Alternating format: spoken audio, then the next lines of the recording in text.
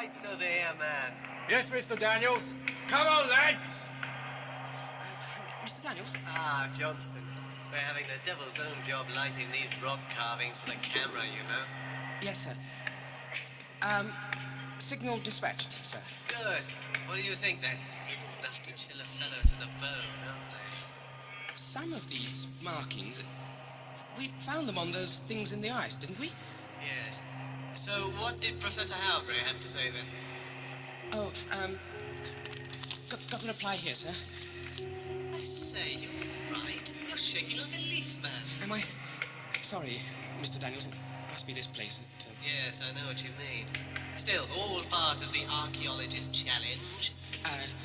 Yes, sir. Read it out, old chap. Yes. Tremendous news. Confirms my Antarctic theories. Will rock civilized world. You say bigger than London sounds incredible. Could not continue with dissection. Dogs uncontrollable. Eagerly await further news. Old fellow sounds fit to burst himself with envy. Bet he wishes he was here. Rather him than me. Oh, come on. Good God, what sounded like the aeroplane? But come on, man, I could have sworn. Fredericks! Sir? Shine a light over here, we can't see the exit. Yes, sir. Can't see it, Fredericks. Quickly, man. Try down here. This is ridiculous. Just can't find it, sir. It's gone. Oh, Mr. Daniels, it was here. The doorway was here. I remember that there was a short corridor, then... The wall must have moved somehow. You didn't hear anything. Oh, my God. This must be what happened to Smithson's part. Johnston, calm down. Get a grip of yourself. There must be... What?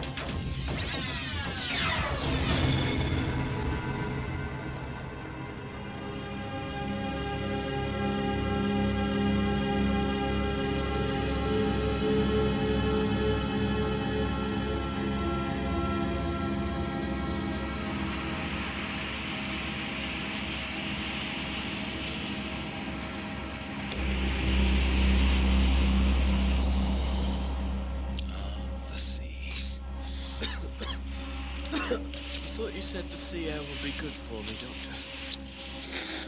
Truman. Well, I haven't found the cure for the common cold, but I found this.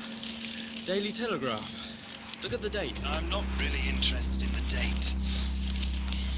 I'm just taking in the view. Looks like rain to me. Washing away your troubles. Something like that. It's 1929. Yes, that would explain the lack of pollution. April the 5th, if this is today's newspaper. Interested in the headlines? No. No. Not very interesting. Look at this. It's about you. What? Well, could be. Intrepid aristocratic explorer. I'm aristocratic, am I? Well, you're a lord of time. This is about a Lord Barset. He's off to the Antarctic. Finished taking in the view? Well, it does look like rain. Pick that newspaper up, will you, little bug? Sorry.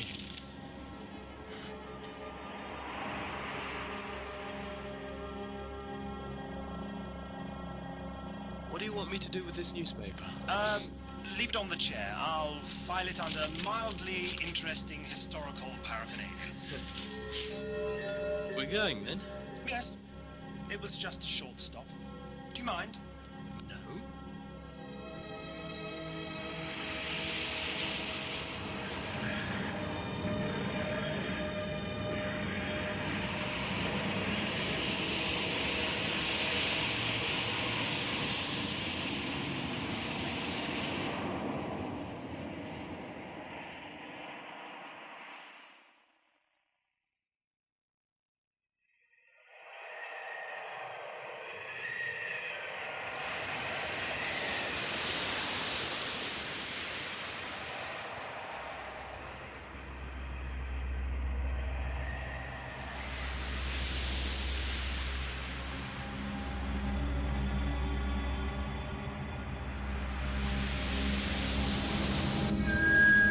See that, Mr. Harmon? No, I can't. Bridge. Lookout report saying pack ice dead ahead, sir. Engines dead slow, Mr. Harmon. Dead slow. Aye, sir. Helm hard to starboard. Hard to stop it, I can. I thought as much. Antarctic winter's on its way. We'll be lucky if the ice lets us through to the landing point. So it's Huskies and sledges then, sir? We'll get as far inland as we're able. Watch for any thickening of the ice. I'll be in my cabin if you need me. There's some rethinking to be done over those charts. Aye, sir. And if you see Harriet, send her down to me. I want a word with that girl. Oh, don't be too hard there, sir. Well, it was only a bit of a jape. Jape, is it? I have enough trouble keeping the crew shipshape on a voyage like this without a daughter of mine. Drinking and brawling on deck. Aye, sir. Oh, I dare say you do find it a mite amusing, mister. But I've just spied something as will wipe the smirk off your chops. His lordship on his way aft to the bridge. We'll want to speak with you, sir. Oh, now, Mr. Harmon, I know you have fine feelings and respect for the gentry. Can't I? Tell him I've jumped ship. All right to come in, Mr. Mate. No, your lordship. Best you jump overboard. Sorry? Can't hear you, old chap. Sorry, sir. Do come in. Oh, thanks awfully. Thought I'd check before stepping on bridge, maritime protocol and all that, huh? No, you needn't trouble yourself with that, Lord Barset. After all, you chartered the ship. Yes. The SS Rochester's a fine ship, and you fellows know your job. Best I keep out of the way. Right you are, sir. There was just one thing, though. And what would that be, your lordship? Oh, no need for that, old man. No. Well, I was rather hoping to speak to Captain Winters. Well, I'm afraid he's attending to important matters just now, sir. I see. Oh, well, in that case, I don't suppose I could help in any way, sir. Well... yes. Yes, I suppose you could at that. Yes, you see, I couldn't help noticing a slight shift to starboard just now. Am I right? Oh, yes, you are, sir. Might I... Well, I know this is probably none of my business, but doesn't that put us off course quite a bit? We're already 2 weeks late, and Professor Howbury is in rather dire need of all that scientific paraphernalia we've got lashed to the decks down there. Well, Lord Barset, you see, we had to go hard to starboard. Well, the lookout reported... Oh, excuse me, sir. Bridge? What is it, Mr. Howard? Our lookout reports more ice ahead, your lordship. Oh, Oh, sir. no, not another change of course. Well, you see it up ahead, sir. I say, is that bad news? Well, shouldn't be. It looks quite thin. Still, best go all I can. See what he has to say. What on earth's that? Looks like some sort of swell. The ice is breaking. Ow! She's been small to port. Hold on, your lordship. What on hell's name is happening, Harmon? I leave the bridge.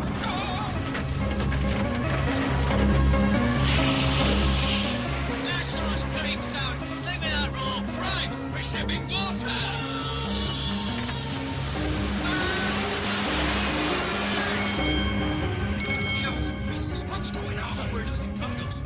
Professor Howbury's crates! Captain Winters, you must do something! All my years at sea, I've never witnessed the like.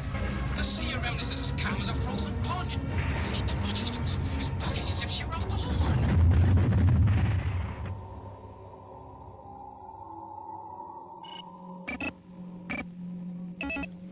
Regulator adjust.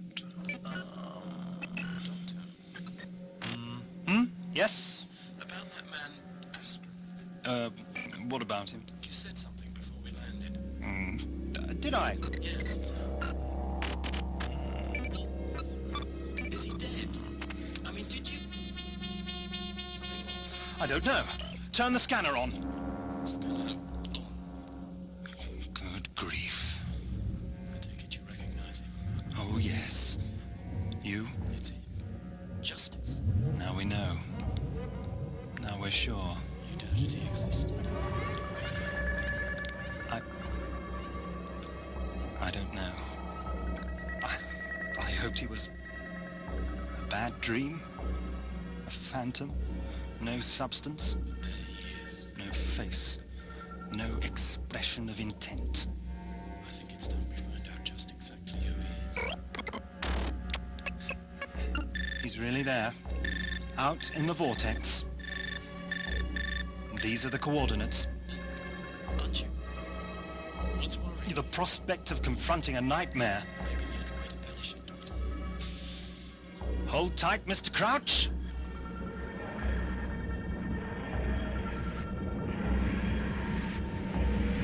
I've heard that before. When I first saw Justice. The cloister bell. What's happening? What's happening? What's happening? What's happening? I don't understand. Focus. Everything's blurred. Oh no! How can he do this? I'm going for a slingshot rematerialization. Justice. We can't. These coordinates are for a non-existent location. They're a nonsense. If we follow them, we'll literally cease to exist. It may already be too late. It may already be too late. It may already be too late.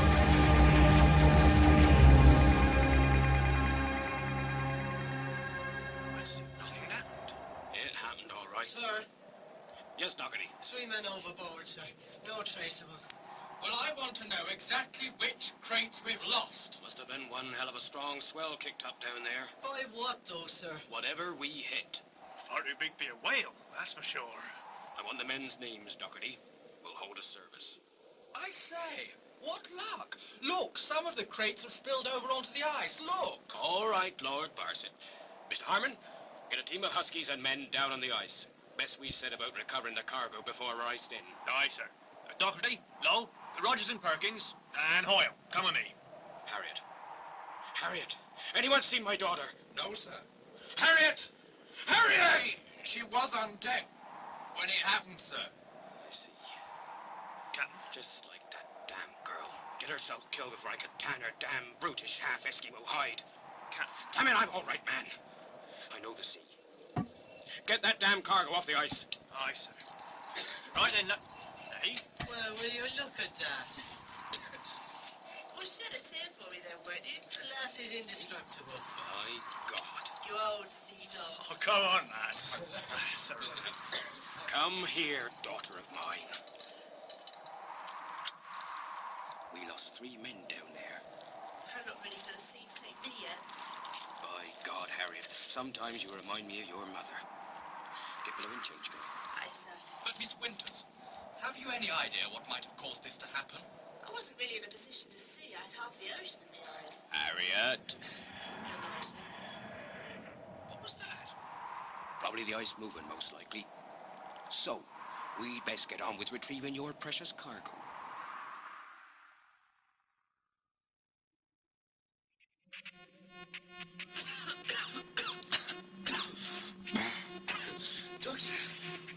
Doctor, where? Over here.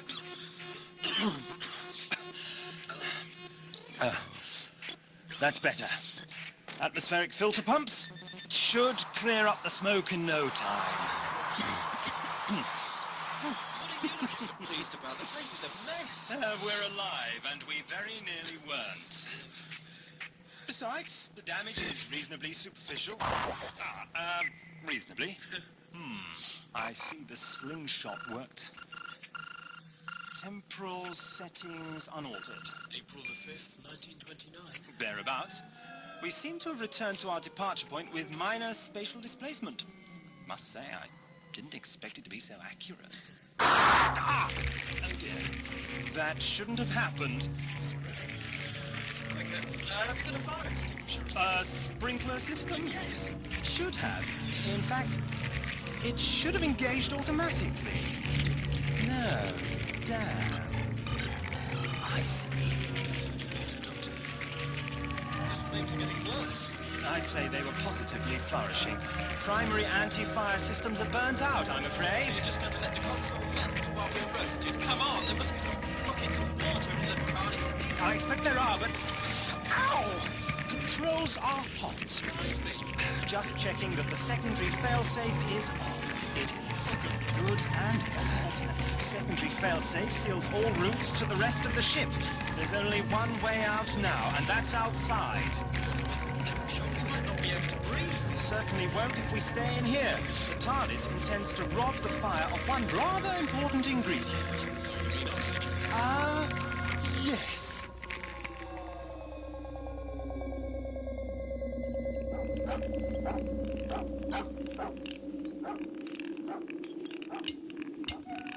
Right, down she goes!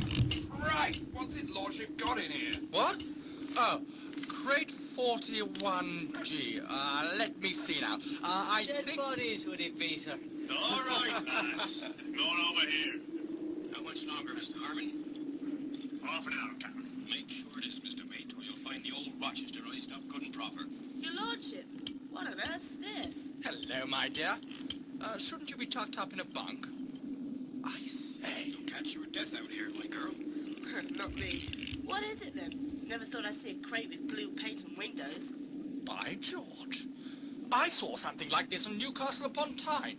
Police box. What's it for? Police telephone, free for use of public. Advice and assistance obtainable immediately. What would young Professor be wanting with the police all the way out here, then? I stole that, mister. There's no record of it on the list. And I didn't see it hauled aboard at Westport. It's moving. Perhaps there's some wild animal, some specimen all up in there, sir. Oh, really, Mr. Harmon? Let's be on the safe side. Perkins, Hoyle, rifles to the ready if you please. No firing unless I command it. Just in time, Truman. Another second and the outer door would have sealed too. Well, at least we can breathe out here. My eyes are stinging. God, it's freezing. Usually is in the Antarctic, my friend. The guns really aren't necessary. I'll be the judge of that. What exactly are we supposed to do now, Doctor? The door releases get back inside the ship. Who the devil are you? Thank you, Lord Barset. I'll handle this. Barset? Lord Barset? Forgive me, have we met? How did you get aboard? Aboard? Aboard what? Truman, look. A ship. Lord Barset. Doctor, this is that expedition I read about in the newspaper. You mean you didn't know before you were smuggled aboard? Smuggled? No. And anyway, we've only just arrived. You're luckier not at the bottom of the ocean. Damn fool place to stow away. Stowaway? Nothing and nobody gets aboard the Rochester without any of the crew knowing about it. And I intend to find whoever's responsible and bring him to book. Truman, the door's released. Come on. Mr. Hoyle! The next shot will be aimed at you, gentlemen. Now, move away from that box. Doherty, take a look in there. Sir, I don't think that's a very good idea. Oh, don't you? Well, Oh, my goodness, it's happening again! What's going on? everyone, move back from the edge! Harry, attend to those dogs! Right, sir. You don't move. Yeah, all right. How are we going to get out of this? I'm thinking. Back to the ship! There's something under the ice. Look out!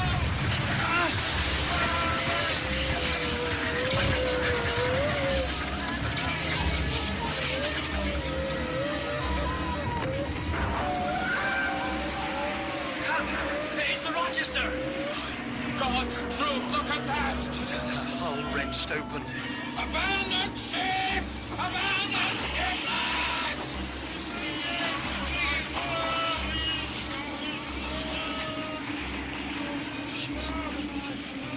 She's gone. Prepare to assist survivors onto the ice, Mr. Doherty. Oi, Rogers, Hoyle, Perkins, look lively. There's still quite a swell out there, Captain.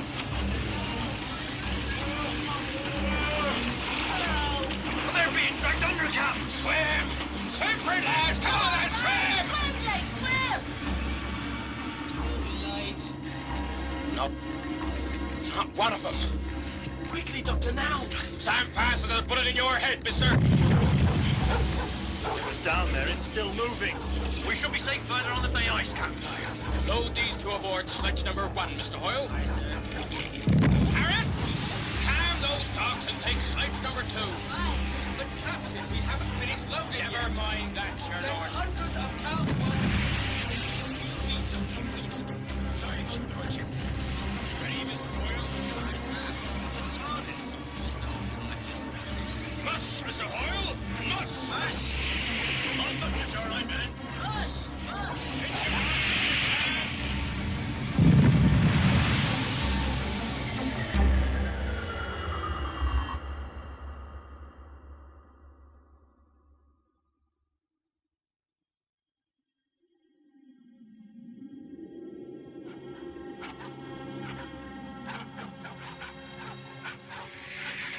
Whoa! All right, Mr. Hoyle. Hi, miss. Whoa! You two sit tight. Doesn't look as if we have much choice. Right enough. They frightened Truman. There's no sense in provoking them. They're frightened. Come on, Dad. Get those knees up, Lord Bassett. Look a bit cold, Doctor, considering the TARDIS is about to be smashed to pieces. She'll be all right. Stop. She can say she'll float. You mark my words. Right. Everyone all right? All present and correct, Captain. What in hell's name is that out there? Look at all those cranes sinking, and I don't think we've got the wireless Doctor, telegraph. the TARDIS! What's happening? It's the TARDIS. It's sinking. That's impossible. It's justice, Doctor. Look, where the TARDIS was standing. Justice!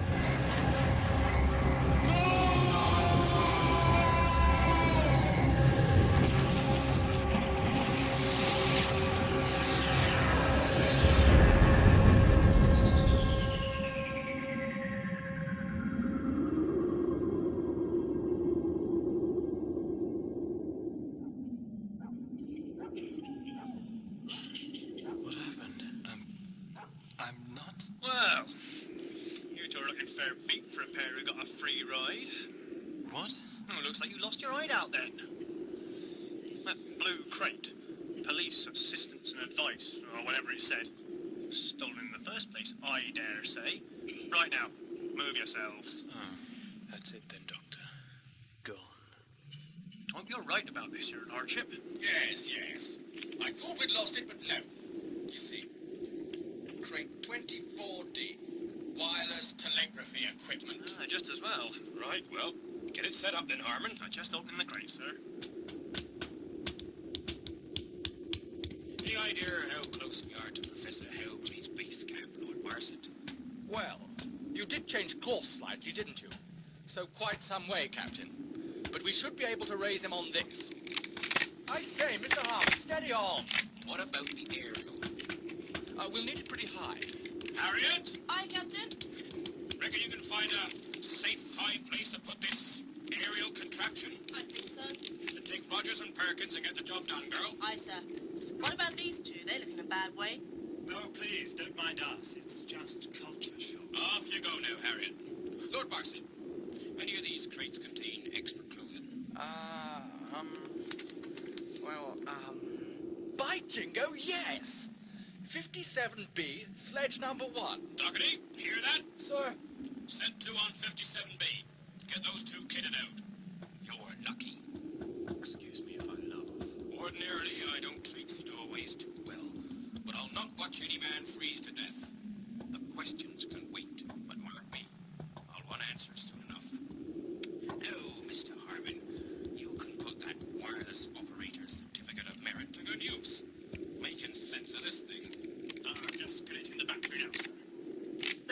gentlemen, we have all the latest here. Take your pick before your pinkies freeze. Thank you. Doctor, aren't you? I have a higher tolerance to cold, Mr. Crouch. Bulky, clearly. Listen, fella. If Captain Winters says you're to be kitted out, then that's an end to it. Never mind your suicidal niceties. I see. I defy your kind advice, only at the cost of violent injury to my person, Mr. Doherty. That's a fine way of putting it, mister, but I see you've got the gist. Has Harriet positioned that transmitter yet? I can't rightly see, your lordship. No, she disappeared out that ridge. Still no I'm in starting, do you think? No, splendid, yes. Right, what's their call sign? Try PHB. Professor Howbury's base camp. That should do it. Right, sir. I want to know directly you get a response, Mr. Harmon. All right, Captain. Lord Barson, I recall you telling me Professor Howbury had all the latest contraptions. Oh, yes. He's an old buffer, but thoroughly modern in his methods. Then I dare say he'll be able to send a couple of his motorized snow tractors out to get us. I dare say, Captain. Probably take some time, though. Time for us to assess our position and situation. Now, you take that list of yours, your lordship, and work out for me exactly what we've got and how much of it. Yes. Aye, Captain. Right then. Nice to see the aristocracy pulling its weight, sir. Anything from Howbury yet? Not a peep. Just static. Keep trying. I'm relying on you, Mr. Harmon. Of course, sir. Not just for the Morse, but morale. If we can keep everyone's mind on the job of survival, then we may stand a chance in this icy hell. More often than not, it's loss of heart kills men, Mr. Harmon, loss of spirit. If we allow dwelling thoughts on the Rochester, how she sank and who we've lost, well, then we might just as well throw ourselves off the great ice barrier now. Understood? Aye, sir. You can count on me. Good man, Harmon. Oldnar, Captain. Good lass. Where'd you put it, Harriet? On top of the ice barrier. We found an easy route up. Well, that's good news. Doherty, those two finished wardrobe gazing? Aye, sir. Though I had to twist this one's arm a little. Reckons he doesn't feel the cold. Then he must be tougher than he looks. I'm glad I'm able to bring a little cheer to your hearts. High spirits is fine by me. Well, you got names then? Yes, thank you. Stowaways or no, we're in this fix together. Best you can do is be still and pull your weight. I apologize for my friend Captain Winters. Like myself, he's a little perturbed by our circumstances and the loss of our... That crate? Important to you, was it? Very. Well, so was the Rochester to me, young man. Truman. What? Truman Crouch. You asked for our names. Mine's Truman Crouch. And I'm known as the Doctor. Are you? Well, no, that's just dandy. But mark me. You can forget about your blue crate. It's dead and gone. Like most of my crew. You... Captain, sir. What is it, Mr. Harmon? I had something for a moment. Oh, damn it. Try again, man. PHB. Shh, be quiet. PHB. They've replied with the same code. Oh, could it be some kind of echo? No, sir. Not my hand. Definitely another signal. There it is again. What are they playing at? PHB. What is it? Professor Howbury's base camp. They must understand.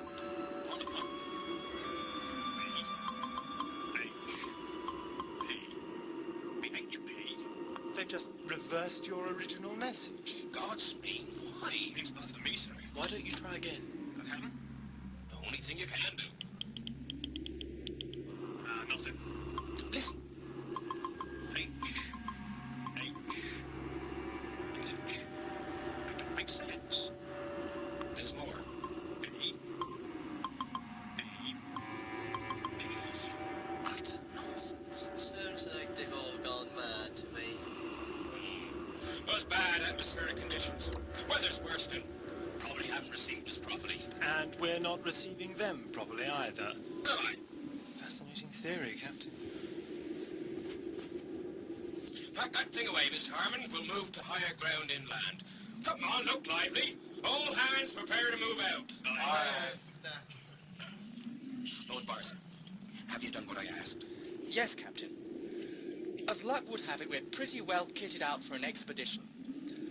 As well as the photographic and laboratory equipment we managed to retrieve, there's food supplies for a month or so, several barrels of oil, and a replacement stove Howbury specially asked for. Oh, and there are 3 large tents as well. Well, that's the first good news we've had, your lordship. Many maps. Yes, yes. Drawn by Professor Howbury himself. It shows his base camp position, you see. Sent it to me on his last trip. I've got a compass. Better and better. Well, let's take a look, eh? Now there's a man determined. He's doing a fine job of it. Can't say I blame him. Oh, she was catching. Yes.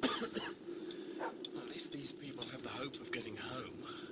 What have we got, apart from the 80% chance of catching pneumonia? A chance for survival. Until we can find a way out of this. Excuse my pessimism, but that seems impossible. At the moment, yes. But we don't know what opportunities might present themselves, do we? No, the key must lie in why all this happened.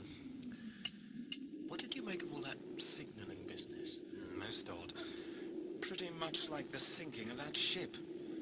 Whatever it was seemed intent on eliminating all survivors. Doesn't make much sense. No, it doesn't. Are we ready for the off, Mr. Harmon? Aye, sir. Harriet, you lead the way up that route you discovered. Aye, sir. Now hear this. Lord Barson and I have consulted the map. When we reach the top of the barrier, we head due southwest. Now, that way, by the time we set up camp and call Professor Howbury again, we'll be in a good position to meet his motorized tractor rescue party halfway. Right now, it's 100 feet up that ice barrier, but if every man puts his shoulder to the wheel, including our 2 stowaways here, we should do it in no time. All right, you two, make yourself useful. This one here says he's a doctor, so if you get any aches and pains, you know who to turn to. And this one says his name's Truman. Now, whether he deserves the name is for us to find out. But you're to treat them both fairly, without favour or privilege. All right, Mr. Harmon? Sir. Move out!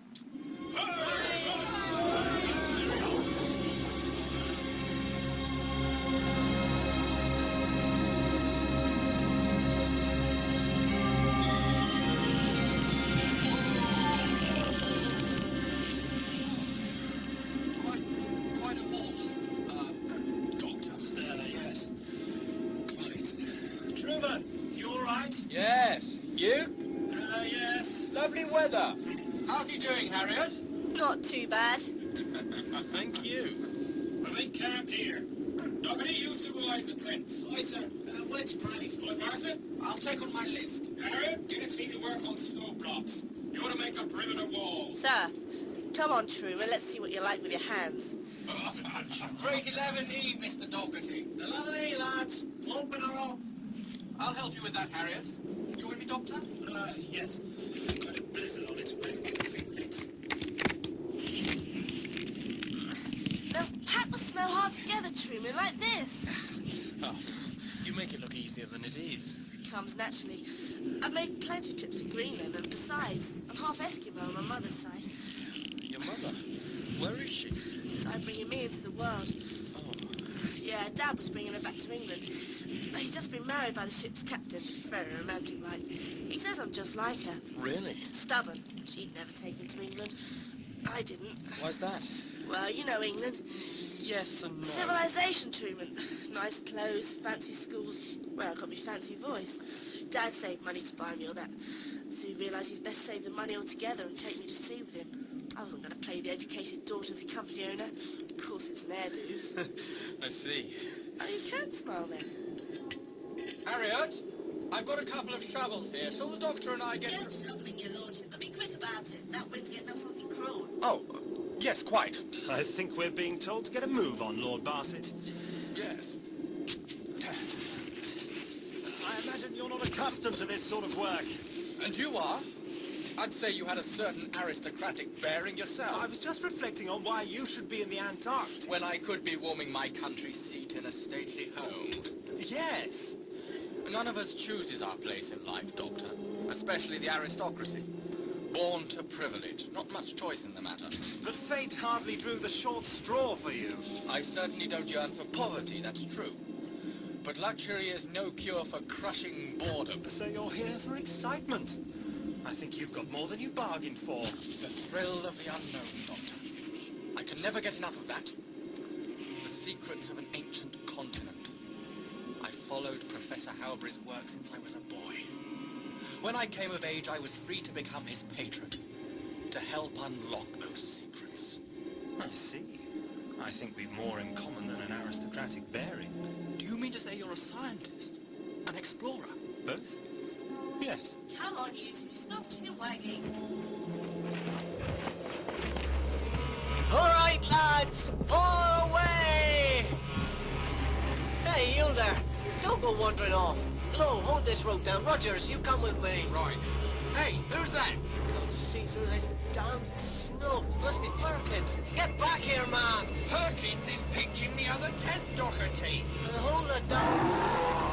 Rogers, you're gone! Holy mother, you all right? Yeah. What was it? What in hell's name's going on here, Mr. Doherty? What is it? I thought I heard a shot. How you did, Mr. Mate? I say, everything all right, is it? Dad? I'm waiting, Mr. Doherty. I don't know, sir. Rogers?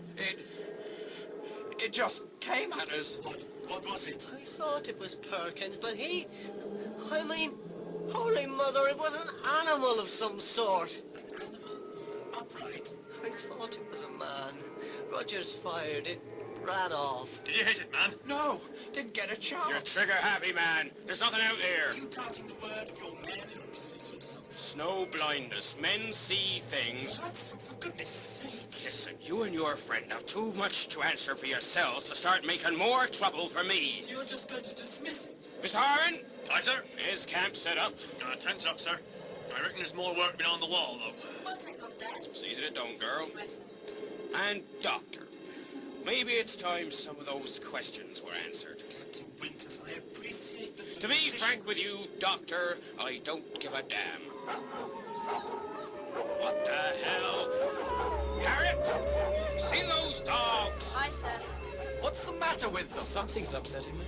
Quiet now! Shut up! Listen! Listen, I can't hear myself think. No, there's something else. Can't you hear it? Yeah, yes, I can. A sort of high pitch. It's very What on earth are you I can people hear are- it, sir.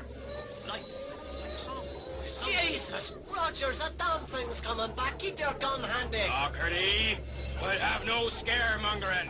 Shut up! Can't seem to control them. Something obsessing them badly. It's the high-pitched sound, Miss Winters, which means, Mr. Doherty, that unless your ferocious animal has taken to blowing an ultrasonic whistle, we're not in for a return visit. And what's making that noise? Something else, evidently. An amazing deduction. Yes, isn't it? whatever it is, I wish it'd give it a rest.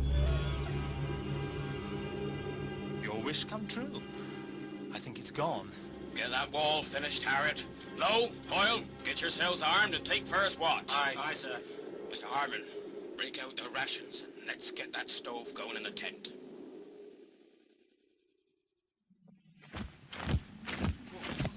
Fasten that tent flap, Mr. Doherty. Aye, sir. Now then, this is the map that Lord Barset has kindly lent me. It's drawn by Professor Howbury himself, so that vouches for its accuracy.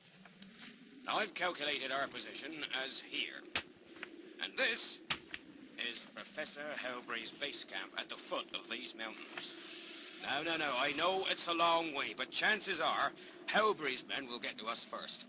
However, even if they don't, we have enough supplies and provisions to make it all the way.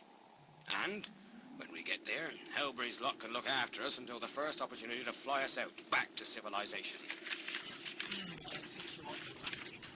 Never mind that. It's time for you to explain yourselves. There are other explanations more urgently required, Captain Winters. You'll answer to my requirements, mister. We're in a stowaway. We got someone to hide us aboard your ship in a little blue box, all right? Does that make sense? What are you going to do now? Shoot us? Well, I might just do that, mister. Let's think. Steady on. Who we are or what we're doing here is irrelevant. You'd better start asking yourself some more important questions. Like what? Why your ship sank? Why Howry's base camp signaled gibberish? Belay that! I'll hear no more of this talk. Captain, your motives are very laudable. But there comes a time when avoiding unpleasant facts becomes downright dangerous. Dangerous? How do you mean? There's something very bizarre going on here. And that's just your field. Is that what you're saying, Doctor? Yes. Yes, I suppose I am. I say, this sounds rather exciting. Makes sense we ought to be at least wary, sir. I'm still in command of this group, Mr. Harmon, unless there's a mutiny planned. Oh, no, sir. I've been a mariner all my life, and I've been on many a voyage to this place and places like it. I know what the dangers are, and what to be wary of. So I don't need scaremongering stowaways and trigger-happy deckhands dictating to me. Not again. Hoyle, no, sir. Aye. No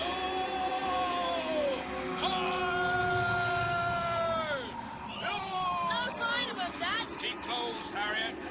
Is this will force our good captain to face reality? They're dead. I hope not. Over here! I found them! Keep back! Keep away from me! Get a grip of yourself, man. Get down, sir! Get away! No! Put the gun down. What's the matter with him? He's terrified. Look, there! The other one, Hoyle. He's flat out. Lo, listen to me, lad. What's happened to Hoyle? Get away from him! Look out, Doctor! Don't touch him! It's all right. It's gone now. Friends. Remember? Friends. Right. Oh, witness, no! I'll take that gun, thank you, Mr. Lowe. Now snap out of it, lad.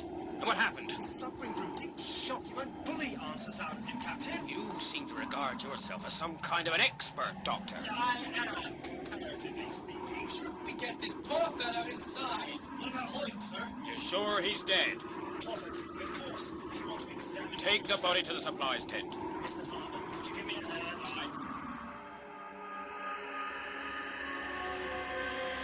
Doggedy, hot cocoa for Mr. Lowe, if you please. Go on, sit him down. All right, cowboy. They got Hoyle, Now, come on, wrap a blanket round him. covered in hair. And his eyes.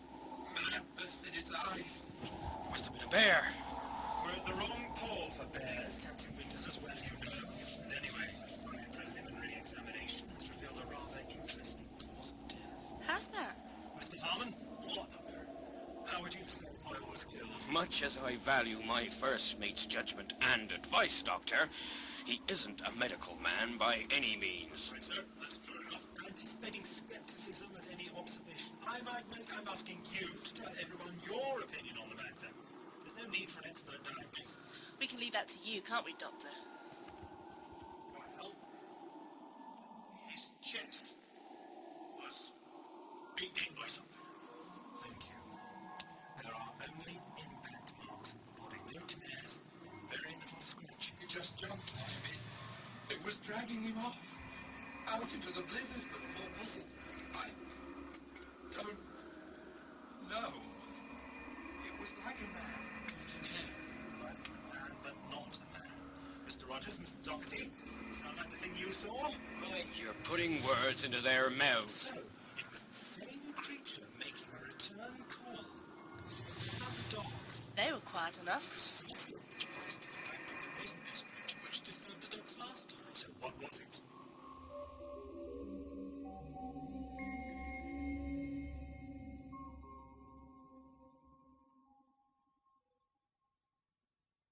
Same creature making a return call.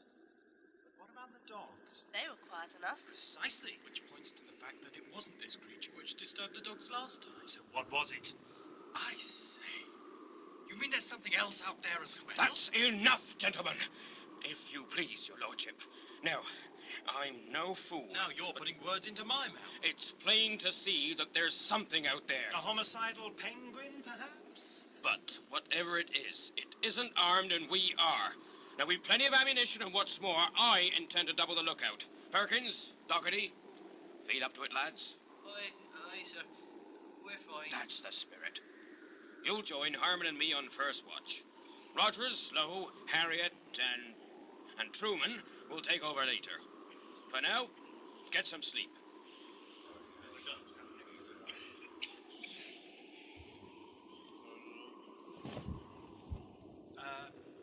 Lord Barset. Yes, Doctor? I take it you have some laboratory equipment for Professor Howbury in those crates. No need to concern yourself with that, Doctor.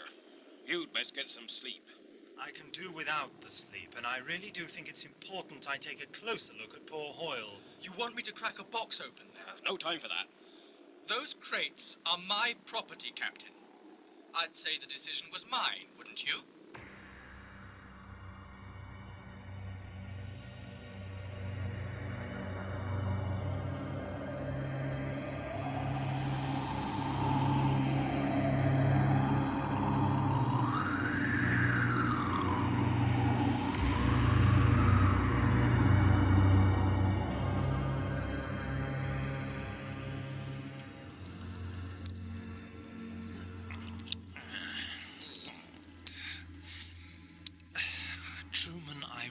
It doesn't get particularly dark here until the winter, but I would appreciate it if you held the lamp still. Sorry, I thought I was. This is quite intricate work, you know. I need to see what I'm doing. It's bad enough working with these primitive... Look, would it help if you tried to look at where you were holding the lamp? No. What? No. It wouldn't help if I passed out in Hoyle's major intestine. You must banish squeamish thoughts from your mind, Mr. Crouch. I've tried. I'm afraid my stomach keeps reminding me of them. Well, it doesn't matter now, because I've finished.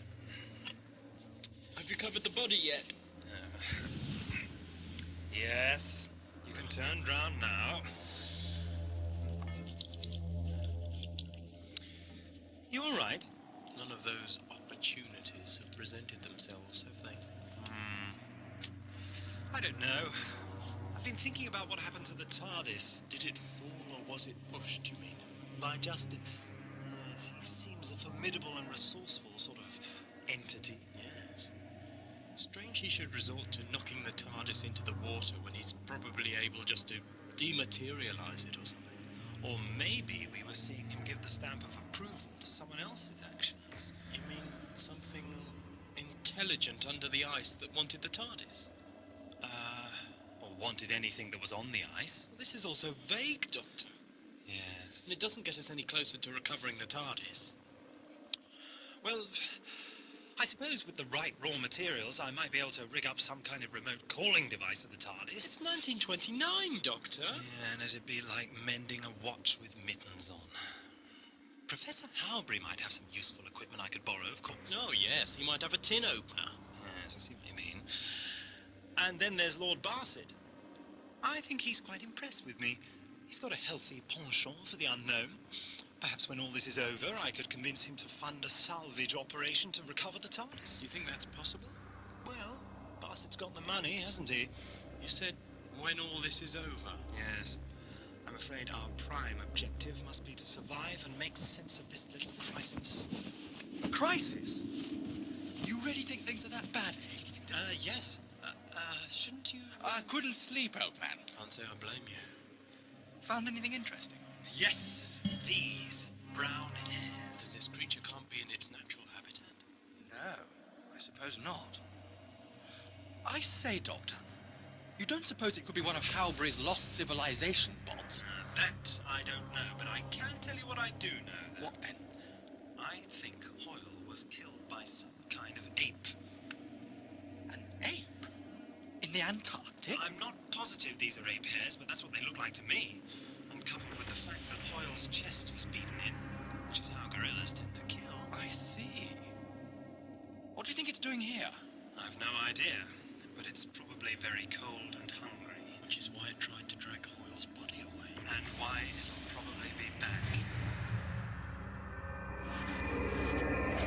Any sign, Captain? No, Mr. Harmon! What do you reckon he is out there, sir?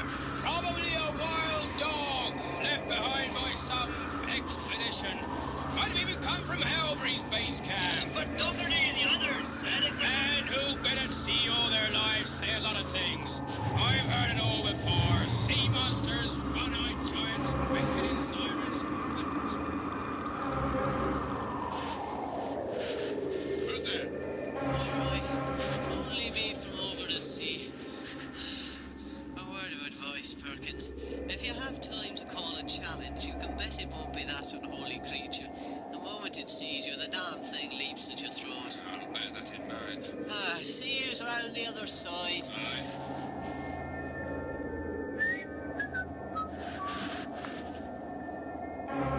Hello? Is that you again, Doherty? Doherty? What the hell are you doing?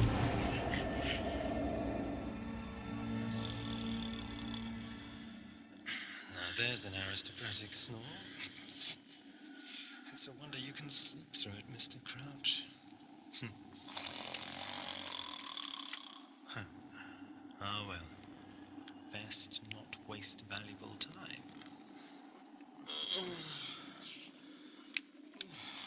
What are you doing, Doctor? Metaphorically burning the midnight oil, Truman. I'm reading some of Howbury's notes and publications. They were in the crate. Oh, good. Oh, God, how does he do that without rupturing his soft palate? Yeah, don't worry. A little scientific prod in the side. Here. And now you can get the sleep you so dearly need. Thank you.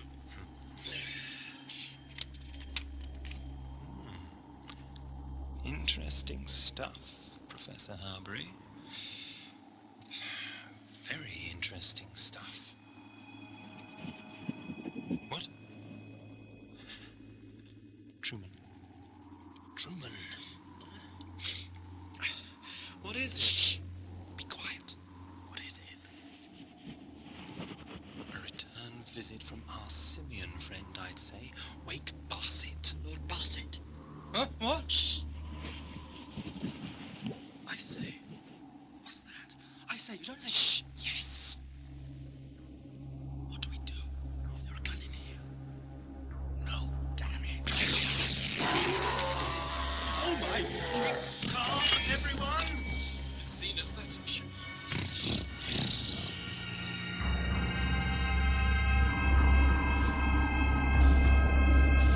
Perkins!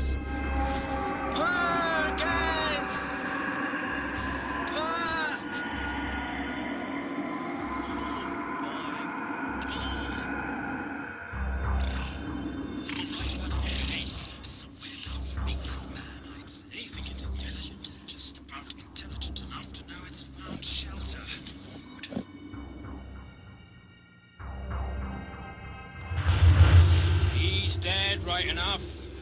I was only talking to him a few minutes before. We were gonna meet up the other side of the camp, but he didn't turn Get up. a grip of yourself, mister. No, I reckon, sir.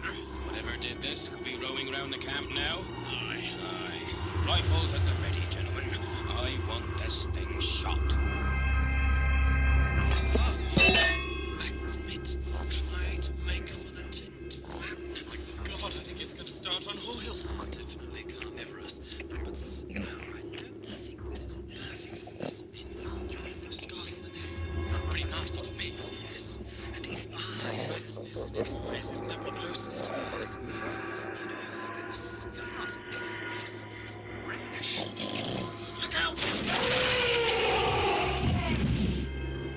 Good shooting, Mr. Harmon. Impeccable timing, Captain. My God. It's an 8. All right, gentlemen, panic over.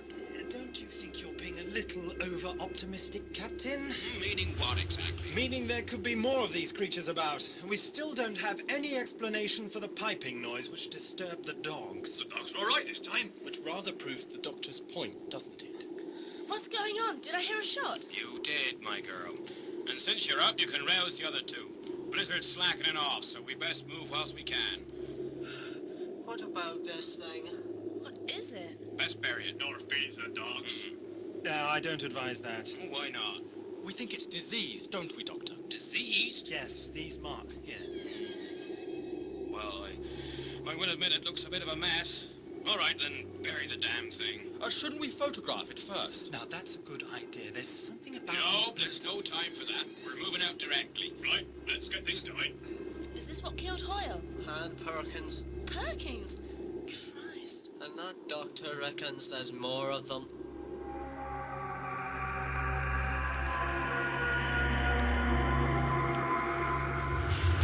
We're making good progress, Captain. The flowing winds helps the treat. Aye, Miss Harmon. Let's hope this wilder weather holds, huh? Sun don't fall so low in the sky now. Must be nearing the pole. Aye, sir. Hey, Doherty! Doherty! What in Hades is the matter with the man? Just standing there looks demented. Get back to the sledge, man! I just didn't hear you, sir.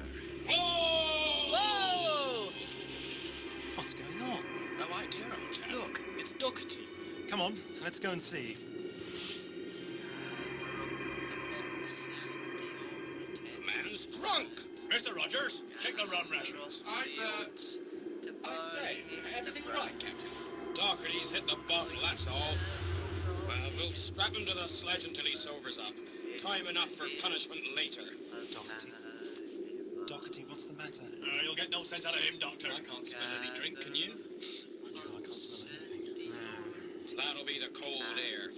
Get this man strapped down Rum onto... rations untouched, sir. What the devil's wrong with him? No. But I wish he'd give it a rest. It's damn unnerving. He'll parry with the dogs, Mr. Harmon. We'll be moving out directly. Nice. Well, Doctor? He's in shock. Shock? What's that supposed to mean? I'm sure you know. Perhaps you're feeling a little of it yourself. Harmon certainly was. What are you talking about? Erase memory. Lord Barsett? Well, I mean, do I feel anything strange? Some trepidation, I suppose. But more since you saw the ape?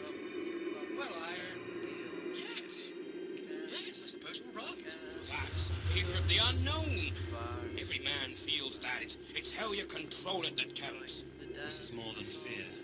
It's something from the past. The past of the human race, reaching out, tapping you on the shoulder. But when you turn, there's nothing there.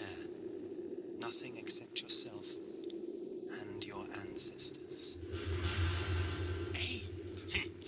One of Mr. Darwin's friends, are you? It affects some more than others. Mr. Doherty, Aye.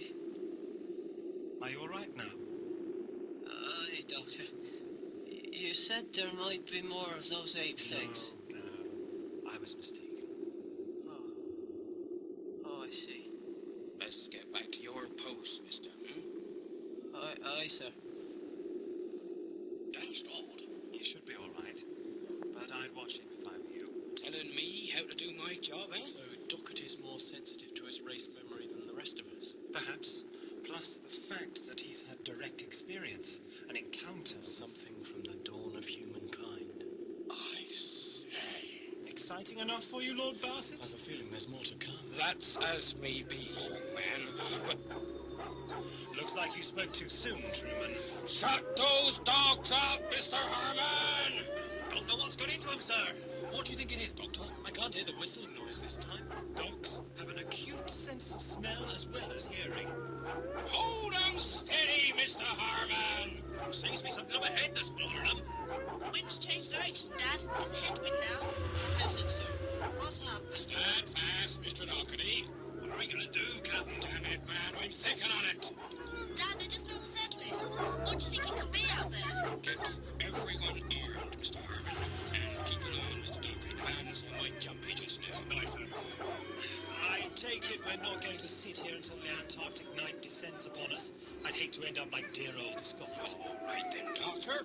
You seem to know it all. What can we expect to find up there? Something that dogs don't like, and that's for sure. I'm asking you a question, man. Sir, am I to arm these two? Not for me, thank you. Bad for the health. You'll take a weapon and hang your principles. If there's something that needs shooting out there, I want all the firepower I can get. Letting fear get the better of you, Captain. If you're trying to undermine my command... I'm not interested in a mutiny, Captain Winters. motivating. I say, steady on, you two. All I'm asking is what I can expect to find out there. Another of Mr. Darwin's apes? I don't think so. I didn't ask. Truman's quite right. The dogs weren't disturbed by the ape the last two times. So, it's something else upsetting the dogs. It was a long way from home. How on earth did it get here? Perhaps it isn't a question of geographical distance. What? Well, we can't just stand here conversationalizing. You're absolutely right, Captain Winters. Shall we go and take a look?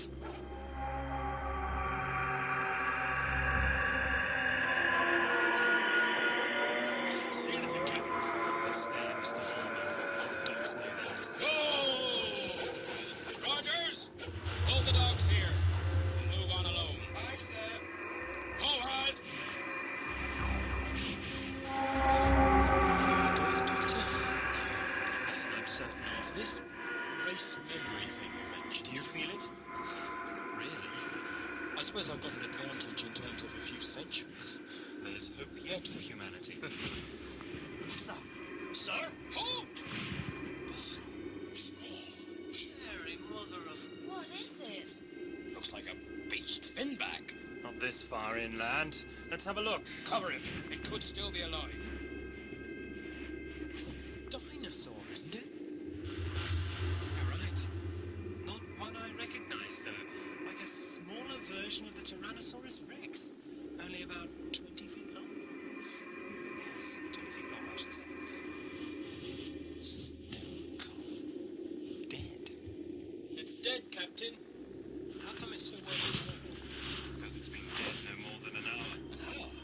How on earth can you tell? There's not much snow in it for a start.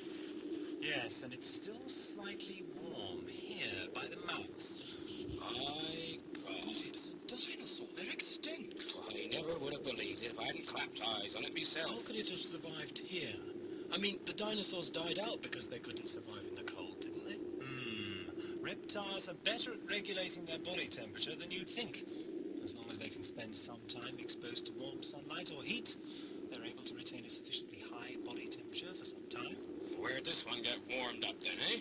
It's in the Mediterranean, you know. Yes, and that's our mystery. Well, if we sit here thinking about it all day, we'll end up like this thing. We gotta keep moving. Captain Winters, I must insist we photograph this beast. It's a scientific breakthrough. We haven't the time. Maybe time's not all you have to worry about. What are you getting at? Well, look at your crew, Captain. They're frightened men. Now, if you can diffuse their tension by getting them to pose in front of this thing for photographs... Splendid idea, Truman. Well, you may have a point at that, young man. I'll get Lowe to break open the photographic crate. Just don't take too long about it. Mr. Harmon, check on Rogers and the dogs, huh? Well done, Mr. Crouch. Have you seen their faces? If we're going to stay alive to find the TARDIS, we need reliable men, not lost souls demented with fear. I agree, but your photographic session throws up an interesting point. What's that? How's your history? I certainly don't recall any photographs of dinosaurs being taken in 1929. I say, Truman, would you mind giving me a hand with this contraption? Oh, right. Last time I had my picture taken was on Brighton Pier. There weren't any sea monsters to pose in front of there. I reckon the dogs would have preferred it that way this time, miss. Now then, let's have Truman, Harriet, and Mr. Lowe for the first snap. Come on, it won't bite. Righto. You're not a man to have your photograph taken either then, Doctor? Oh, I expect I shall be forced to parade myself in front of the lens soon enough, Captain. I've been thinking about what you were saying about this race memory thing. Have you? I've been close to death many a time, Doctor. But I never felt nothing like this before. It's like... There are links, yeah. Links with the ancient past of this planet. I know you sound like Professor Howbury. You've read his work? No, but I talked with him. I was the one who brought him out here in the first place. You found something there? Something that's worrying me. The ice mantle should be around 10,000 feet thick here. Look at these cracks. They look fresh.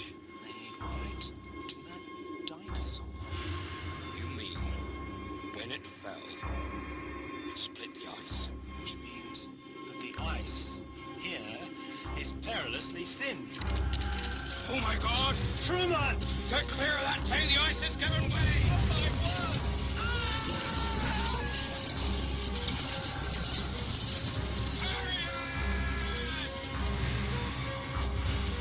Help me!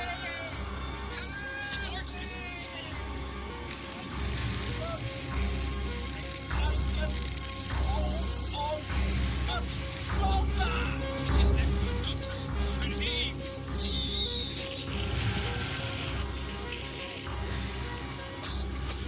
Thank you. Is everyone all right? Oh my God, what's happening? We heard the noise, and the dog shut up, and We've lost him. That's Winter's Low, and that young fella just swallowed up into the bowels of the earth. I suppose there's no sense in trying to lower a rope or get to... 10,000 feet or more. Who knows where it leads? I'm sorry. Looks like we both lost someone dear to us, Doctor. Yes. Let's move out, lads.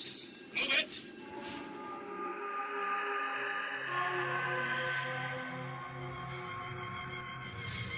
What?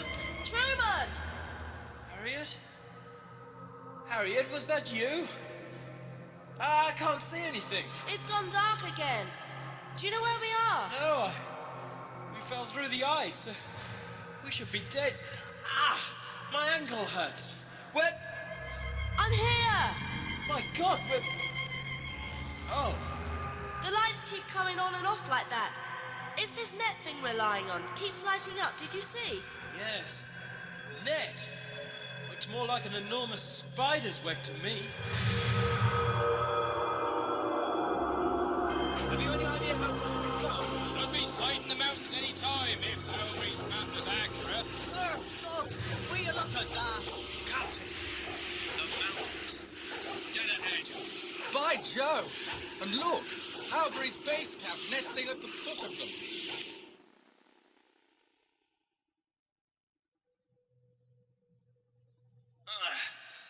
I hate to think how far we've fallen. By the looks of it, there's a long way to go below us. Low! Low! Low! No sign of him. We're lucky to be alive. I can see some light. A room or something. Over there, behind you. Yes, I see it. You know, it's a miracle we didn't break any bones landing on this. Ah, I think I might have done my ankle in though. It seems to give with our weight, doesn't it? Best we make for that light, I say. I think you're right.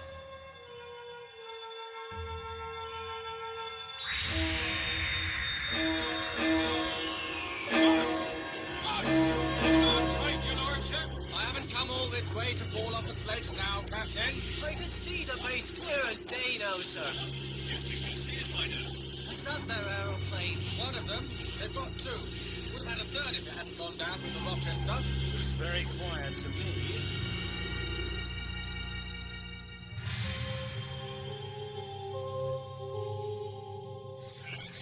There's a step when you reach the edge of the net. See? Yes. Just give me your hand, here. All right. Can you stand on it? I think so. Just bruised, I think. Where the hell are we? Dunno. Not just a cave. These are huge building blocks. Strange markers. I don't like them. What do you mean? Well, they make me feel there's something peculiar about them. Something from the race. Really? Never mind. What's through? Are you sure you're all right? I have to be, aren't I? We've got to find some way back up to the surface. Yeah, that's true.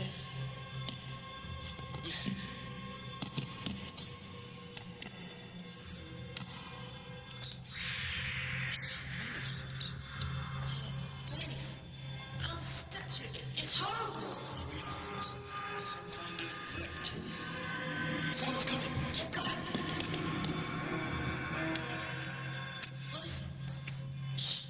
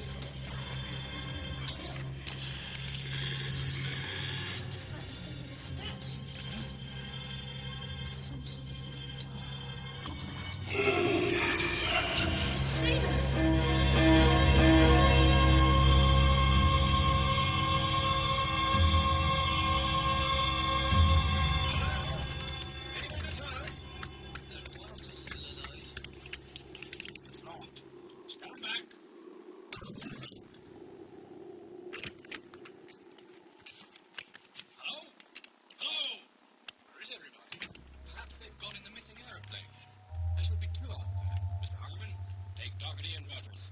Search the place. Aye, sir. Come on, lads. Oh, it's almost as cold in here as it was out there. Heating must be off. Over here. What is it? Oh. Lord. He's dead. Do you know him? No. What the hell's happened here? I think you'll find that everyone's dead.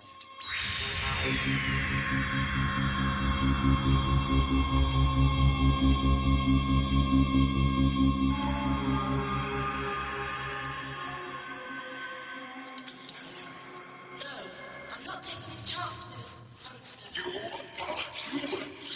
Yes. My name is Truman. This is Harriet. We fell through the ice. I understood all the humans were dead. At the base. Professor Halber's base camp, but how? Where are you from? Here. No, which planet? Earth.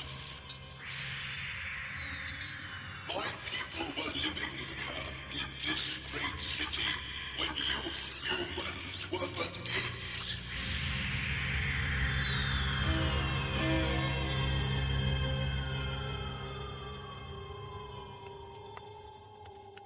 They're all dead, right enough. Must have been dead some time. They've let the generator run down.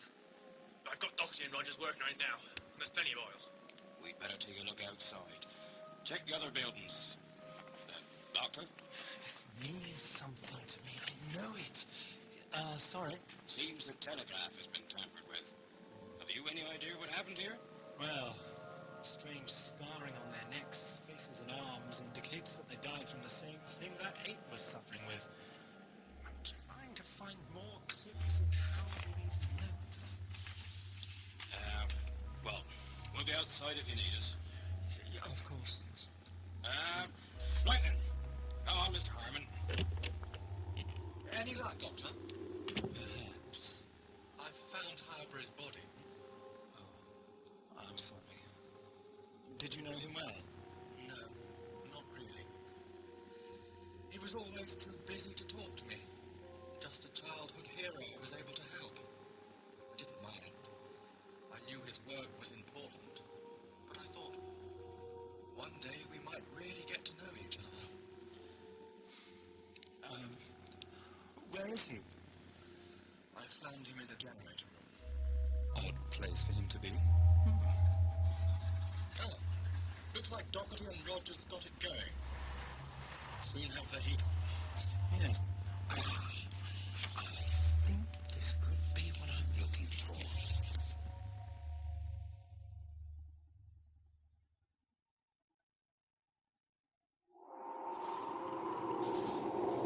That plane looks all right inside. Can't really tell, though. By God, look at this, Mr. Harmon. What in God's name were they up to? Graves.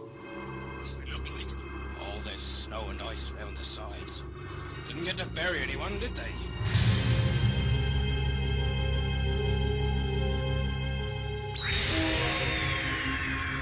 But when the planet came into orbit, the Earth's atmosphere remained, and so our alarm system could not be triggered. You're talking about the moon, aren't you? Moon. This is what humans call it. Yes. Why have your people woken up now? Some of us have been awake for some time. Our total sleep systems have developed a fault. It was never intended for them to function for so many millions of years. When we first awoke, we thought the Earth had become an ice planet. But when humans came, we knew there must be another explanation. This is incredible.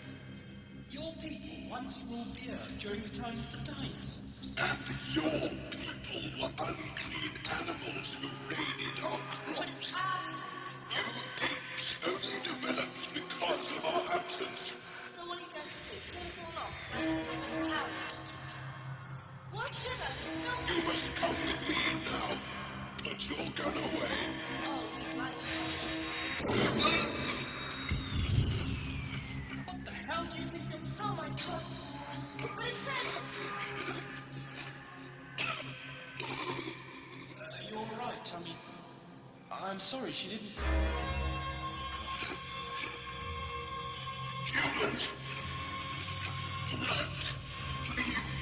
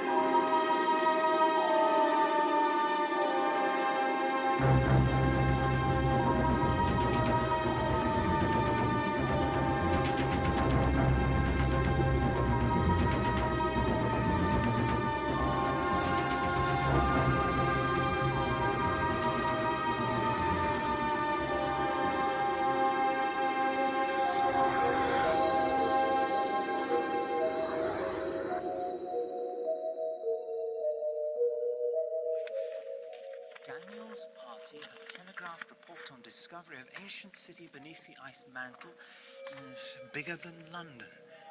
This is incredible. Daniel's party. That accounts for the missing plane, Lord Barsett. Yes. Yes, I suppose it does. Is this exciting enough for you? Your boyhood hero may be dead, but it looks as though his dream came true before his time was up. He discovered the remnants of an ancient civilization. Ancient civilization? I wonder which one. There are some dissection notes over here. Dissection? Yes, dear. Yes. Look, odd diagrams. Yes. Are you all right? Feeling a bit dizzy, that's all. Is it my imagination, or is it getting hot? Hot? Well, the heating is on, but I'd hardly describe it as... Good grief, you're positively dripping with sweat, man. What? Oh, no. What? Oh. Excuse me, I must sit down. That ape. People who died here.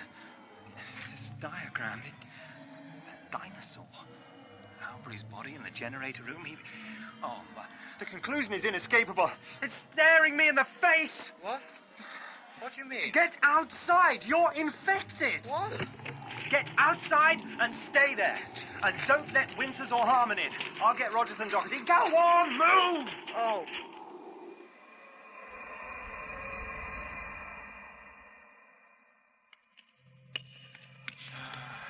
It's no good. There's absolutely no way we'll be able to climb up the way we fell down. So what do we do? Well, first of all, you can put that gun away. And...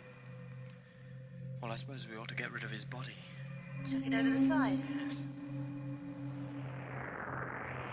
What on earth?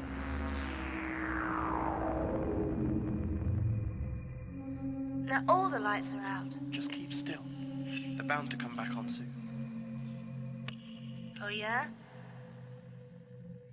Not even those cables are lighting up now.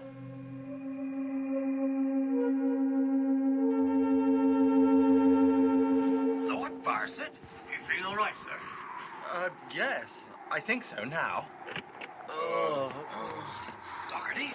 Rogers? You should be attending to that generator. What the hell's going on? It's the doctor, sir. We were feeling terrible. Then he comes bustling in, telling us to get outside. Doctor, feeling better, you three? What in damnation are you up to? What Howbury was up to, but it was too late for him. The bacterial infection had already taken a hold. Talking about disease? The ape had it. So why didn't the ape die of it? Like all those poor souls in there.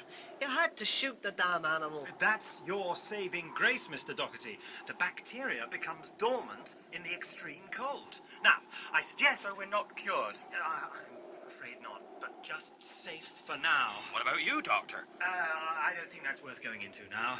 Don't you? Captain Winters, I feel another of our little arguments is in the offing, and we really don't have time for that. So where does this sickness come from?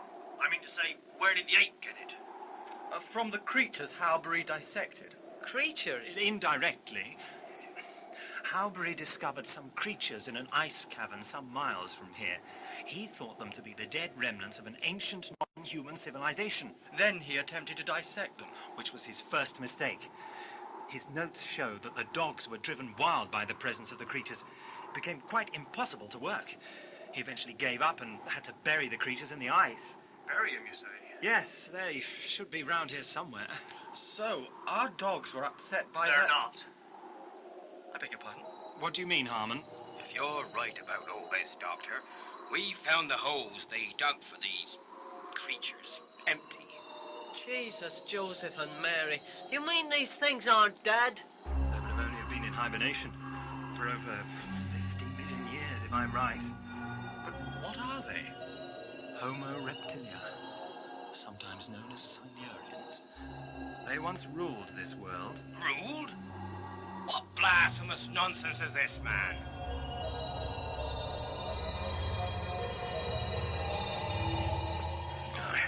Just a bit, Father. God, it's heavy. And over he goes.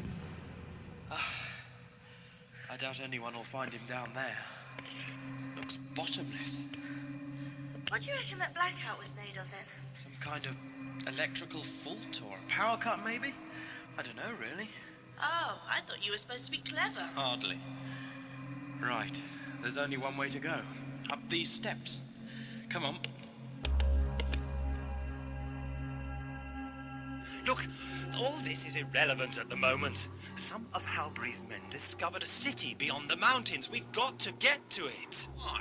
Because it's the only way Doherty, Rogers and Lord Barsett are going to be cured.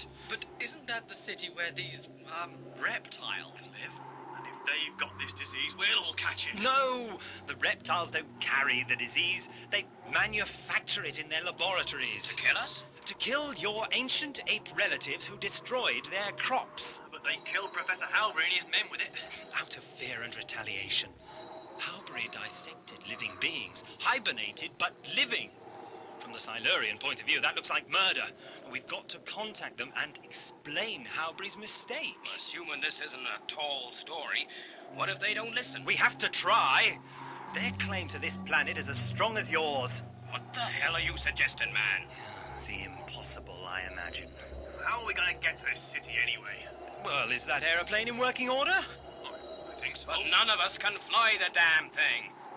I think I could manage it. Are you saying you're a qualified pilot? I'm qualified to pilot most things. Then you'll fly us back to the coast. We should sight something sooner or later.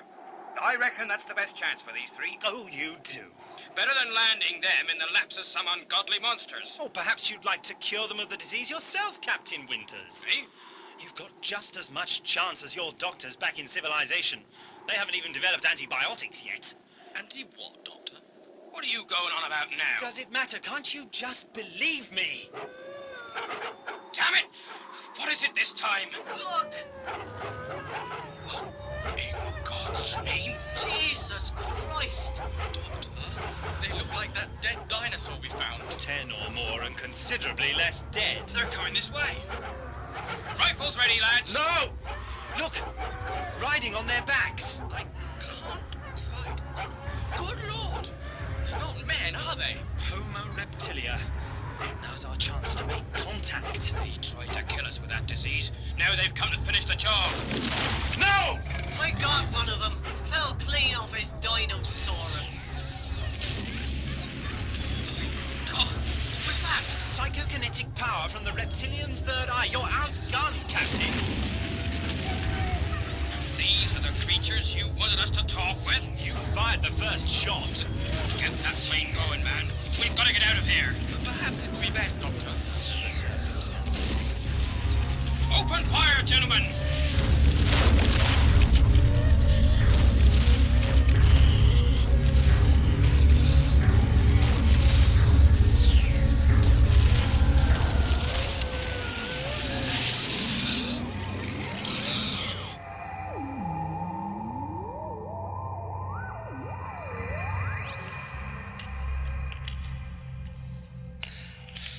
Oh, it must have been a long way down.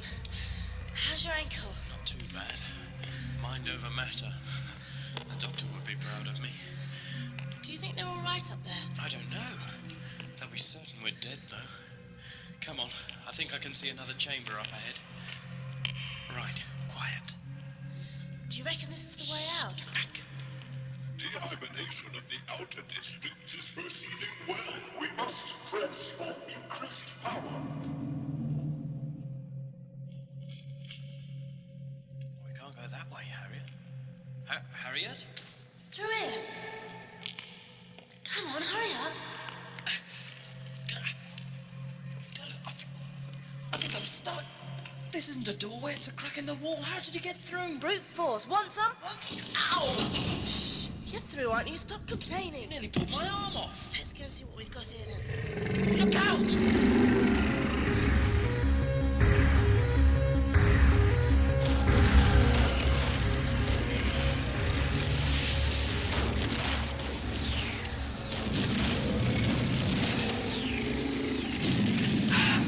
Oh my God! Rogers, lad! He's dead. Right, let's get aboard that plane. Come on now, move it.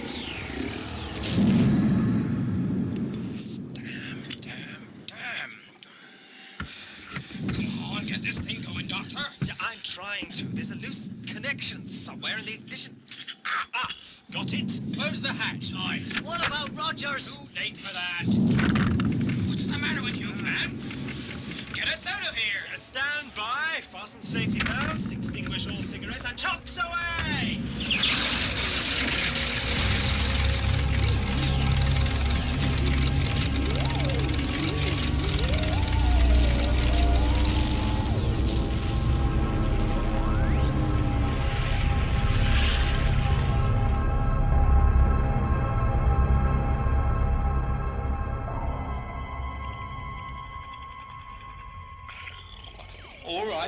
All right. Stay back, there's a good boy.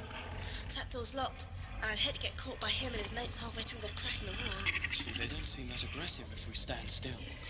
This one's bored of us by the looks of it. I wonder. What? These dinosaurs seem far more interested in those panels than us, don't they? The ones that are glowing.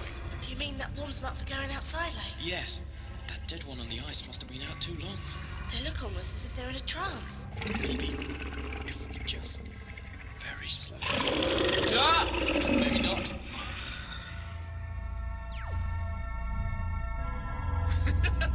I'm quite enjoying this. I trust you intend flying us in the right direction, Doctor. Oh, we're not going to start arguing about that again, are we? You won't have to argue with me. Only a bullet. I say, steady on, Winters. That thing might go off. Look, if you shoot me, we'll crash and you'll die. So either I get my own way or none of us gets anything. I feel I must leave the decision safely in your hands. What the? We've been hit by something. I say, look at that! A huge great bird. One of the flying reptiles. Definitely extinct, of course. There's one of them lizard men on his back. Ingenious. Ah. What is it now, Doctor? We're losing fuel.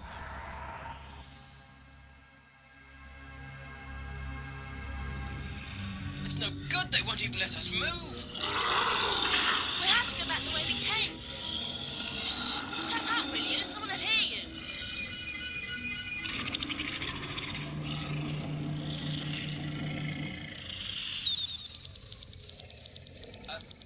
Hello. Sorry we upset your pets, but... We fell through the ice because...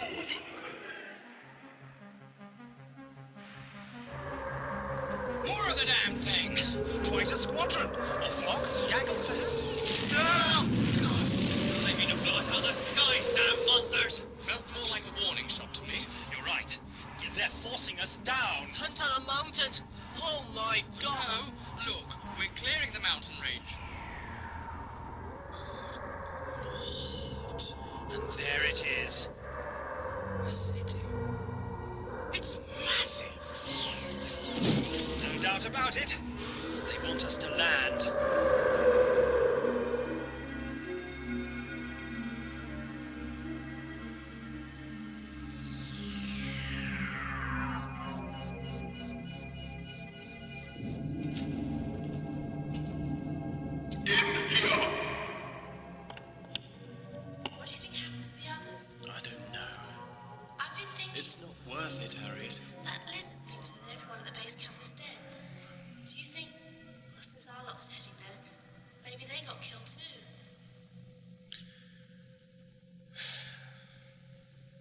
see why not.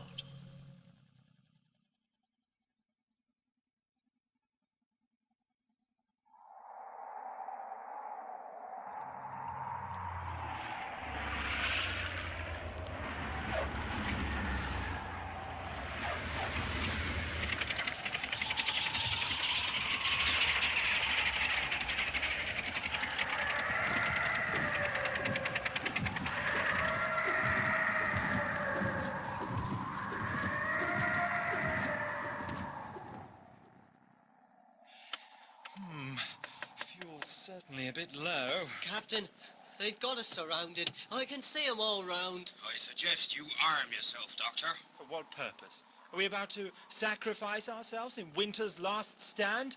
The only reason we're still alive is that they don't want us dead. Isn't that obvious? He's got a point, Captain. We are severely outnumbered. So we surrender. Is that what you're saying? Yes, I am. Surrender to reason, not to blind racial fear. I'm talking about survival. So am I, Captain. Remember that race memory? Remember that feeling you told me about? Is that what's gnawing at your soul now, Captain? Come on, think, man. Don't let fear and aggression take a hold. Aye. Well, then we go out and throw our weapons down. Oh, but sir, we can't. You'll do as you're ordered, Mr. Harmon. Aye, sir. It's the only way, Alec. No sudden moves, please. One of them's dismounting. Look, he's coming over here. This might be a good time to drop your guns, gentlemen. Aye. Dougherty, drop your gun, man. I don't like the look of that thing, sir. I mean, they killed Rogers, didn't they? Drop it, man. Mr. Dougherty. You will be taken into our city. Thank you. Move! Dougherty, for the last time. Please stop! Help me with him, Mr. Harmon. Aye, sir. He will leave his weapon here. Yes, he's very disturbed. Frightened. He won't... You will enter.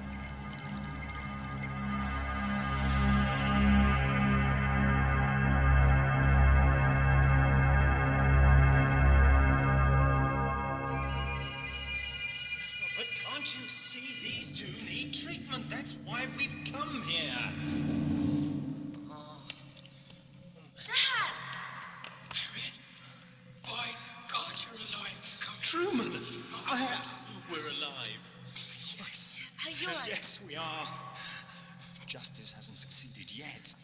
What's the matter with Lord Barsett and Dougherty? keep away from them. What? They're diseased. The Silurians released a bacteria. These two had a short respite in the cold after they were infected. The bacteria was dormant then, but now, well, it's quite warm down here, isn't it? That's what it meant. You've been talking to them. Yeah, one of them. Well, that's a start. Then you know that if it hadn't been for a fluke of nature, they'd have been the dominant species on Earth. Yes. Silurians, you say? Well, not exactly. Homo reptilia is more accurate. Any chance of... Just hold on, Lord Barsett. Keep fighting it as best you can. That's right, your lordship. The will to survive can be a powerful thing. Don't give up now. You too, Dougherty lad. Hi, Captain. Aye to you, sir. The Silurians will want to talk to us soon, I'm sure of it. Damn monsters. They'll not help us. Doctor, Captain. Well, what do you want of us? All right. Get it over with. You've killed enough honest men already. Why stop now? Steady on, Winters. Well, what's it to be? Diplomacy, perhaps, Captain? Oh my God!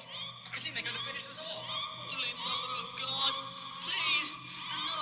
Well, they got us anyway. Are you with me, Harmon? Aye, sir. We'll have done with this monster if it's the last. No, you...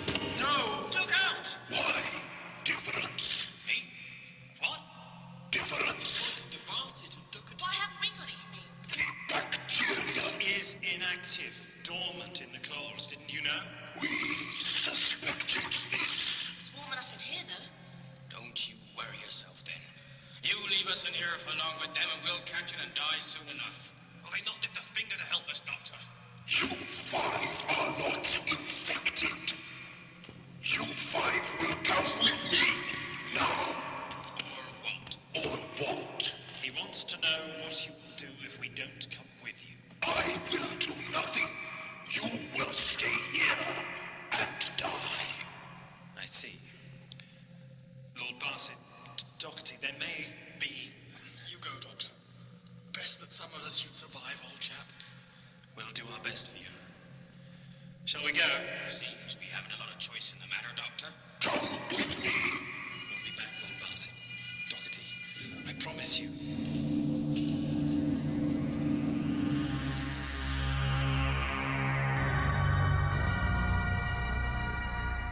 Where are the captured apes now, humans? They are a higher development, Ypres. The scientist Mocha is to question them. They are of no value to us. They should be dissected like the others. Mocha questions them at my instruction. We have learned all we can from experimentation. Then kill them. It is my decision that they live. Your duty to accept that. We must know all of what has become of our world. Our world, yes. When we restore our city to its former glory, we will rule this world again.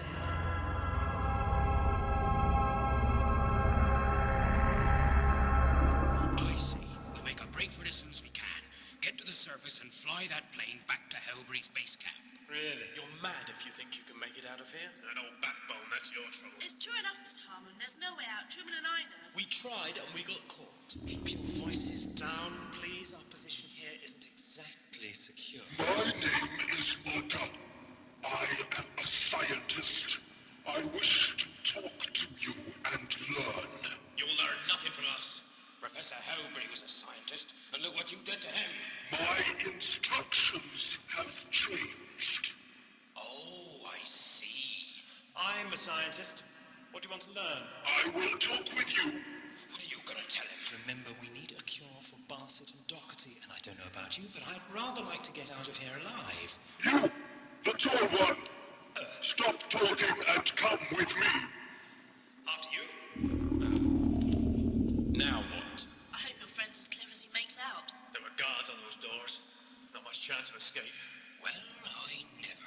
But, What have we here then? Your radio set. Ours and and Hellbury's. a lot of fancy scientific They stuff. certainly don't believe in throwing things away. That's right, boy. So, if they saved all this paraphernalia, And our guns could well be here somewhere. which would mean we'd be in with a fighting chance.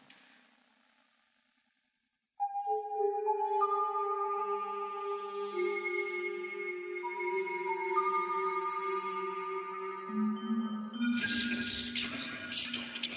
It is not possible for you to have this much knowledge of our civilization. I've encountered your people, before. In other parts of the Earth. Strange. There is much that is strange. Do you know how long you've overslept, I wonder? I have learned a little of your civilization from the other specimens. Specimens? We learned enough from them and from the ice to know it has been many, many millions of years.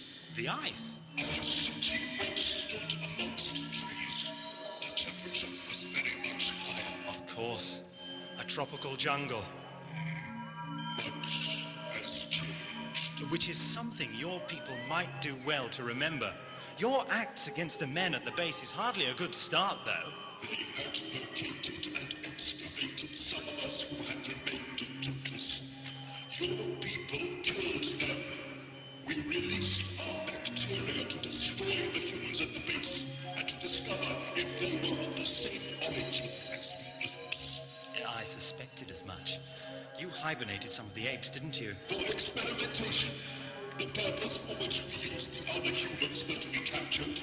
The party that came into the city. You showed signs of higher brain development.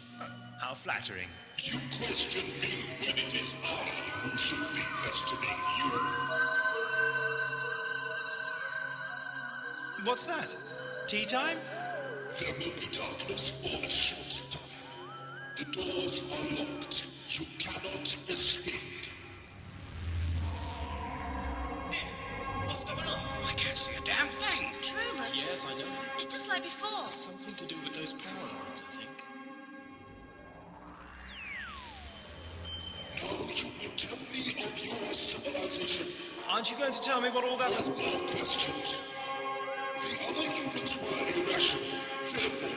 They could not or would not talk coherently. The race memory.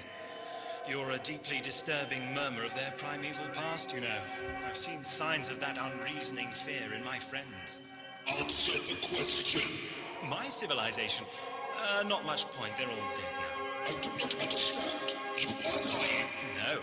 You see, you're assuming I'm human. I'm afraid appearances can be deceptive. You are not human. I'm from a planet a long way from here. The trouble is, I think I'm stranded now. The work of one of your submarine dinosaurs, I imagine. If you do see a plesiosaur with a sort of blue box in its mouth. I warned you. Deception will only lead to death. Death? Isn't that what you have planned for humanity anyway? There's 2 men dying of your filthy disease in a cell and you'll do nothing to save them. Why should I tell you anything? I see that you are beyond reason. This planet is dominated by humanity now. The human race hasn't reached its full destructive potential as yet, but it's well on course. Far enough down that road to enter into genocidal conflict with you, if you should so wish it. Does that answer your questions? Then humanity will seek to destroy us. I'd like to think otherwise, but I'd be deceiving myself. With weapons like these? These guns are just the tip of the iceberg. They are protected by a force shield. You may not touch them. I've no wish to, but the humans have bigger guns than these. Bombs, battleships, and they won't hesitate to use them if they feel threatened. You said you have encountered our species before. We have been unable to make contact with any of the other hibernation units. Well, they're still asleep.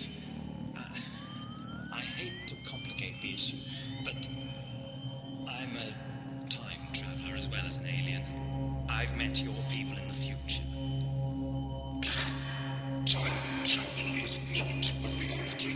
No. I suppose it isn't.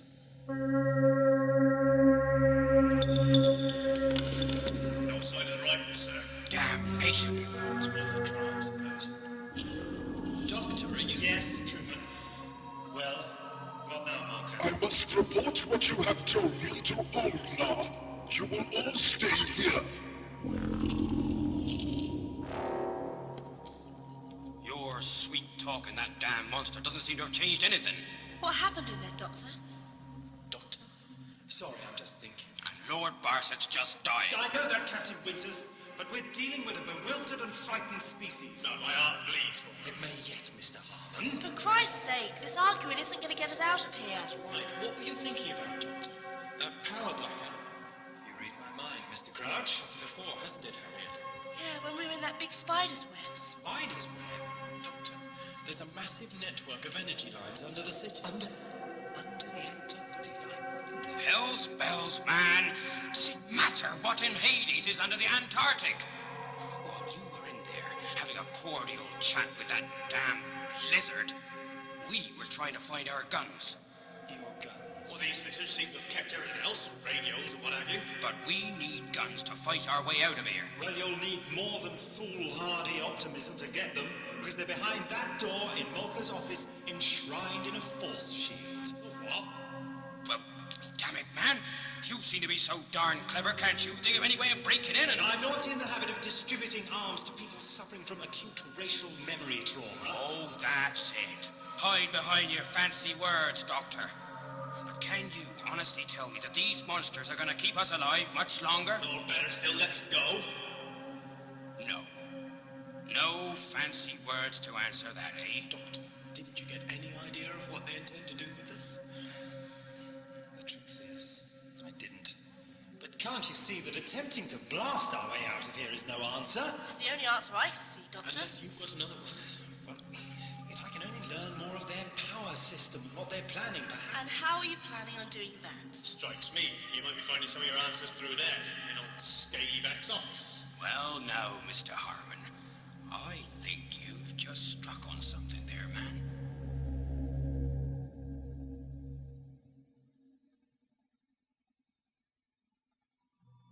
What of the other humans, Mocha? They seem much like the first specimens. Frightened, aggressive. Why is this doctor different? He is concerned for the life of the deceased humans in the cell. He wants a cure. That is impossible. We have no cure. Yes, but I think that is why he talks. I sense there is something you are not telling me. Yes. There are strange things that he says. Impossible things. Yet I am certain he believes them. Perhaps he is deranged. I think not. What does he talk of? Other worlds. Time travel. I must speak with him. Keep those without the disease alive for now. If this doctor is mad or lying, we will kill them all.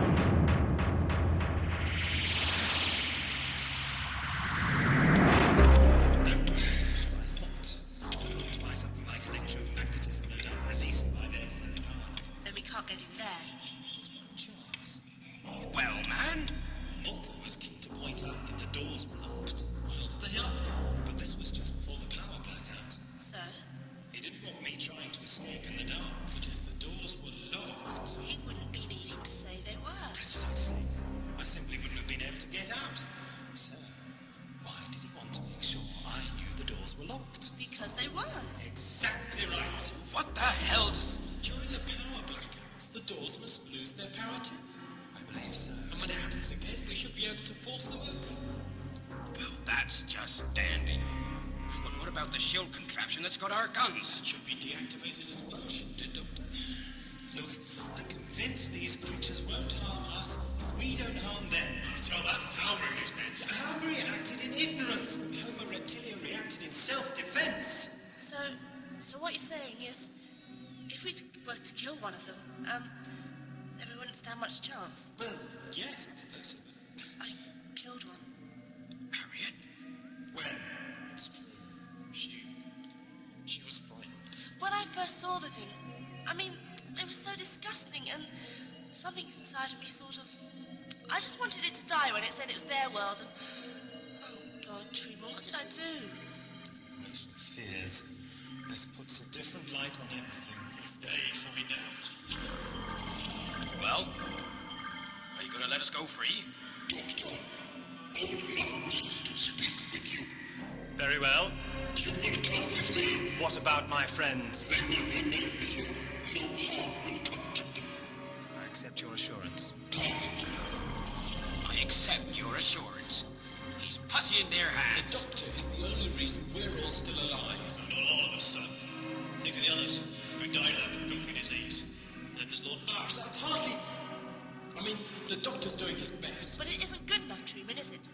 I'm not saying it was right what I did, but all I can think of is what that lizard thing said when I shot him. But humans wouldn't leave the city alive. Your doctor's got his head in the clouds. His intentions might be noble, but he's not like us. Can't you see that, boy? These creatures aren't just going to give up what they see as their world. No, we're not going to give it up to them. It's war, whichever way you look at it.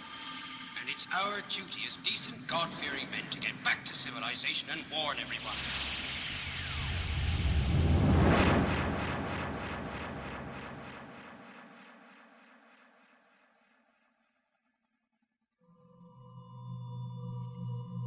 Humans will not be able to destroy us. Don't underestimate them, Oldnar. Our civilization will rule this planet again. Come with me. Where are you taking me? Mocha, accompany us. Very well, Oldnar.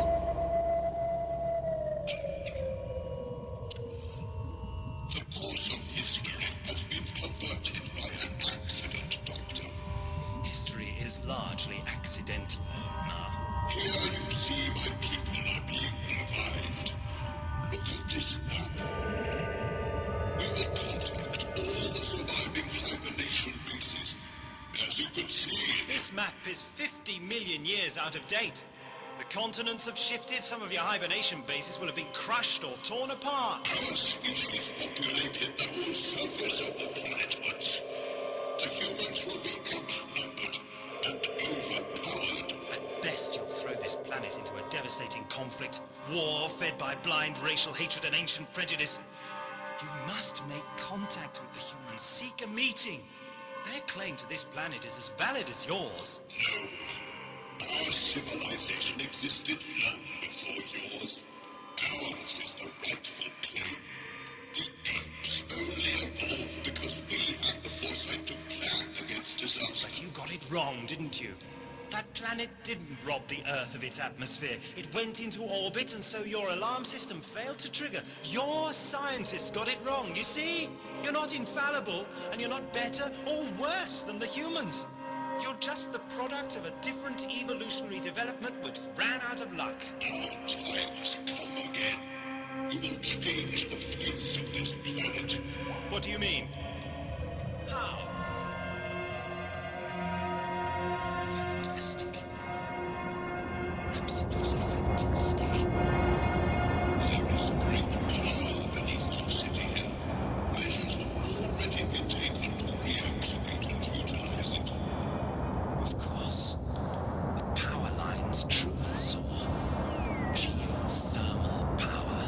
We will melt the glaciers which have sealed our great city, and it will once again become the capital of Earth. Causing worldwide catastrophe in the process. You know, I don't know why you asked to speak to me. You haven't listened to a word I've had to say, have you?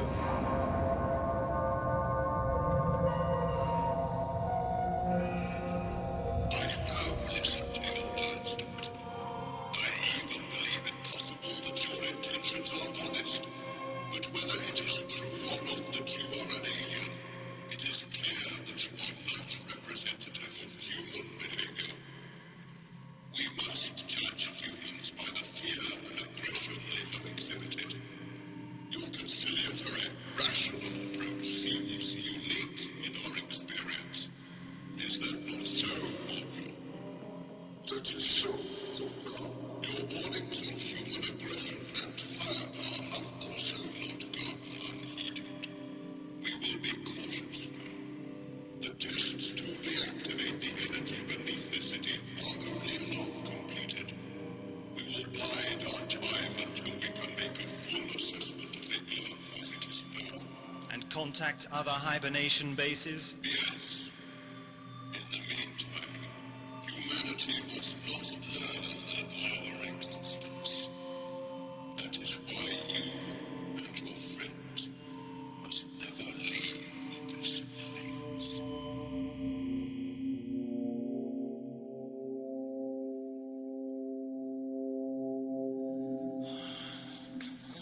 Doctor, where are you? Found it, Captain. Good man. We're lighted now. Best be ready. Went as black as pitch last What are time. you doing? We've got to see to get those guns when the lights go out, haven't we? And it looks the journey was this.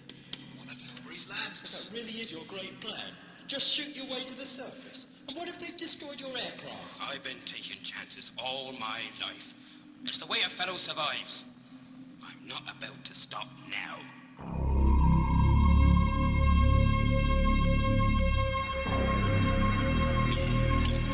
That is impossible. We have no cure for the disease. It was never necessary to cure it. You're asking us to cooperate with you, yet you offer nothing in return. Offer you your lives. Won't you even give me the facilities to find a cure? I developed a vaccine before. Knowledge gleaned from these future encounters with our species, no doubt. Yes. The disease is not advanced. Your friend will be dead within the hour. You should have let them go. They might have infected the whole of humanity for you. That is an option we may yet consider. Although from your account of human civilization, the humans may well be able to find a cure for themselves. More tests for your energy supplies? There will be darkness for a short time. Do not move. Right. Get them cases down here. We want to wedge this door once we got it open. There. That's it. There it goes. Hand me the lamp. Truman, take this. Well, let's get the damn thing open. Push! Oh, come on! It's giving. Right. In you go, Truman. Hurry up. Push that case here. That's it. Any sign of the guns, boy? There's some plans here. It's the city. Look, Harriet, with those power lines drawn. Hang that! Where the hell... There's 2 rounds apiece for us. I can't see no shell contraption. Well, pick 'em up, man! There's ammunition and blasting gel in knife. Take it all! Right you are. Just in time. We wait for Scaly and the doctor to come back.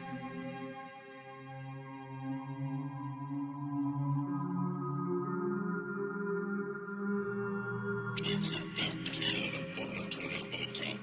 I must have more detailed behavioral, geographical, and military knowledge of the humans. Very well. Come, Doctor. I thought I told you enough. Communication from the leader's chamber from the place of reverence. Speak. Repairs to damaged power lines in this area have been completed. This is a routine maintenance report. I trouble me with this. We have discovered a body. One of the humans. No, one of our people. Killed by one of the unit's projectile weapons.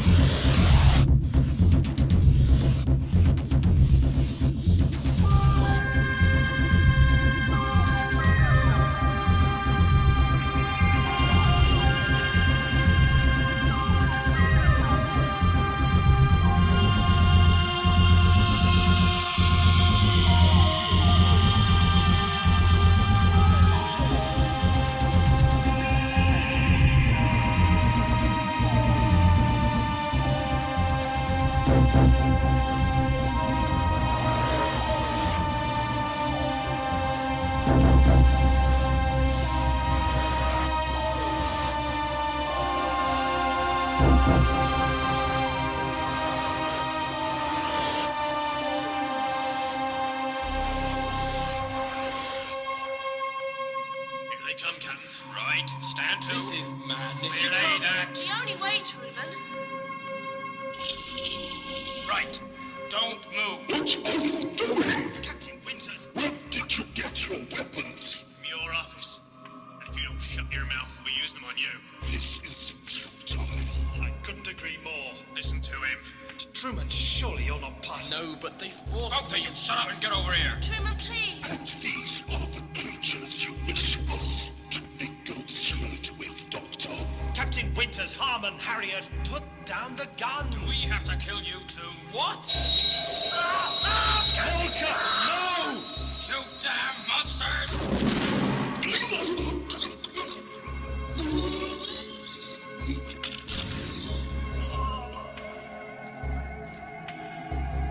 And now the killing started. Damn you, Doctor. Harmon! Harmon! He's dead. going? Do you sincerely think you'll get out of here alive? Well, I'll not stay here, that's for sure. What's that? It's coming from Molker's office. Some sort of signaling device, a communications terminal, perhaps. Molker! What the devil? Sounds like Oldnar, their leader. There, on that screen. Another lizard. Keep back. The visual transceiver may be automatically engaged. Molker! Are you there? The humans are to be killed. I am sending 2 warriors to carry out my orders. Now do you see, Doctor? These monsters have just been playing you along. I don't understand. When I left the leader, he was prepared to let us live. And you believed it. Yes, I did. Then why? Oh, Harriet. I imagine they found the body of the reptile you killed. Doctor, none of this matters now, does it? They want us dead, so we've got to get out of here. Aye, lad. And where do we go, Truman? There's no TARDIS to run to, and even if that plane's still up there, it won't get us very far with a leaking fuel tank. So are you saying we just give up? We've got to try, Doctor. What about justice? What? Do you want to die before you found out who or what he is? Just think. Maybe this is part of his plan. He caused you to make the emergency landing here, and we saw him, didn't we, when the TARDIS sank? What in the hell's name are you two? Look out! They have killed Molker. Kill them. Get down! You take the one on the left, Harriet. Aye, sir.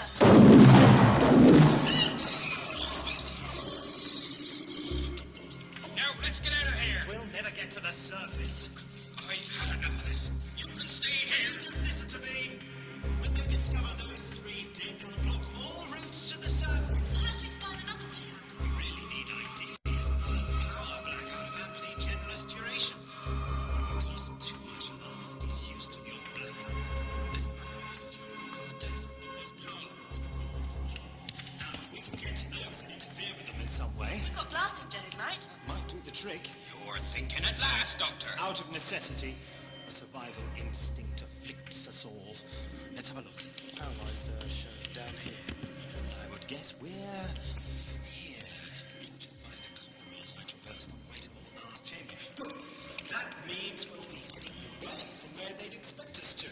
Well, we'd better get a move on then. On our way back, we'll be able to pick up Lord Barsett. You must be fooling. You'll be dead, man. I have no intention of merely assuming that. If we're going to escape, we'll take him with us. He may recover in the cold, and perhaps I can mix up the cure once we've reached civilization. If we reach civilization, I should say. But you said... I'm clutching at straws. Human life is at least worth that, don't you think? You seem determined to get us killed, Doctor. Really? I thought that was your preoccupation. Shall we go?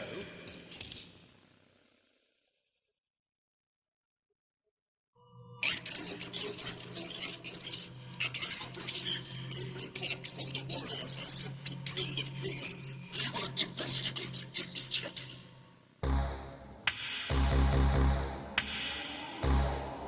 I think this is the place. Yes. I remember that chamber. Those carvings, don't you, Harriet? Yes, true enough. I'm not too proud to say it, Doctor. You've done well, man. 1 or 2 dodgy moments, you'll agree, I'm sure, but for the most part, we've been extremely lucky. Although luck has a nasty habit of running out.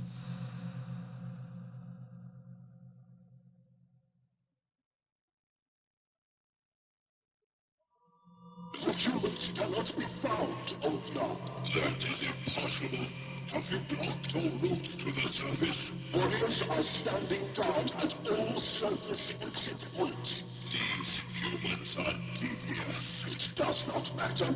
They will not live long. It's absolutely incredible. Miles of power lines interconnecting parts of the city. And the surface. They could really do it. Melt the Antarctic wastes with geothermal power. Is that their plan? Phase 1, I imagine. I've checked. Nobody about. What's the plan? This is more than your race has achieved. Our race? The plan? Well, blow it up, I suppose. Let's set to. Take a couple of sticks, Doctor. No point in my being principal now. Thank you. I reckon we should set them by the thick lines. What do you think, Doctor? Doctor? Yes. They certainly look more vital than the thinner cables. Let's get on with it then. Have you any matches, Captain Winters? These fuses aren't exactly generous. We're gonna have to run for it. What? Lizards. Quick, take cover over here. This area has not yet been searched. Escape is not possible from here. Nevertheless, we must make sure. Looks like we're stuck here. You didn't light the fuses. I did, boy. What? Ah, so you did. Doctor, what are you doing?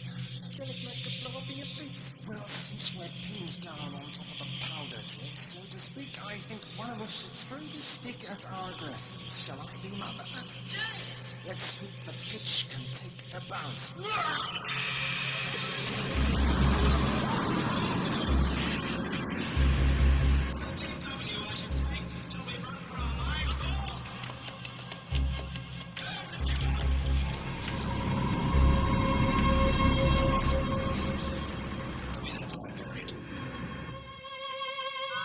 There must be a bigger explosion in one of the power chambers. Automatic recovering of energy is causing massive overload stress. This must be the work of the humans. Our planet has truly fallen prey to an evil, destructive species. Can the damage be repaired? I am not sure. Power failure in lighting source is spreading throughout the city. All warriors are being called to emergency duties, but we cannot tell if our energy source will remain under control. Stop! This is it. This is where we left our friends, Barset. We can't afford to waste time. On what? Man's life? A fine example of humanity, Mr. Winters. Having frequent most development. Is anybody going to help me? What are you escaping for? To warn humanity? To take your own skins? To save this planet for your own species? Well, ask yourself if you really deserve it, if you won't even live to have your own. Who's going to stop? Oh my god. Lord Barset.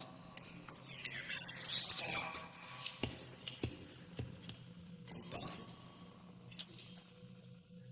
Too late, old chap.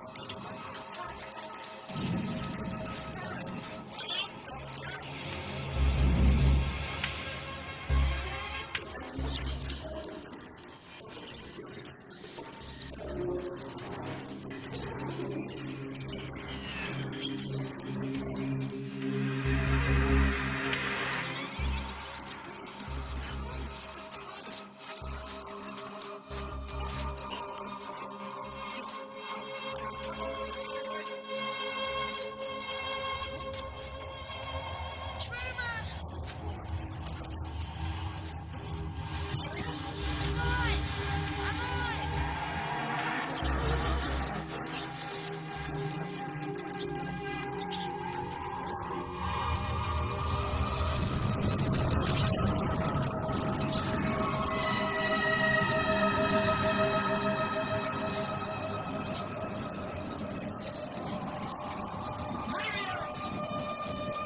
What's going on? Result of our handiwork, Mr. Krabs. Quickly, into the TARDIS! She's gone, Truman. The systems are all repaired. I don't believe it.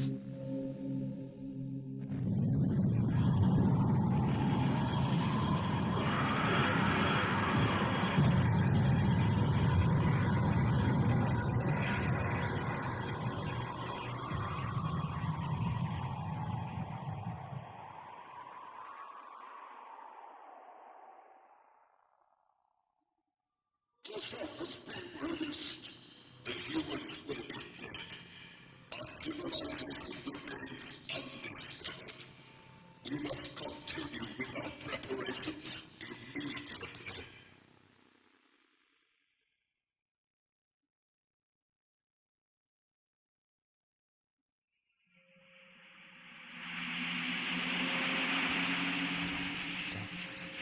Death. And more death. Macabre endurance test. So, what's it all about? Justice. He brought us here, he took the TARDIS so we were stuck here, then he brought it back. It makes no sense at all. That's right. Look! On the screen, everything. What are you going to do? This time, nothing. He'll not lead me and their rats again. What's going on? The spoiler screen has been ripped apart. No, look. Shapes being torn into its surface. Not just shapes. Letters. Just will be. Again, this is getting a little tiresome. At least he's gone. Not for long, I'll warrant.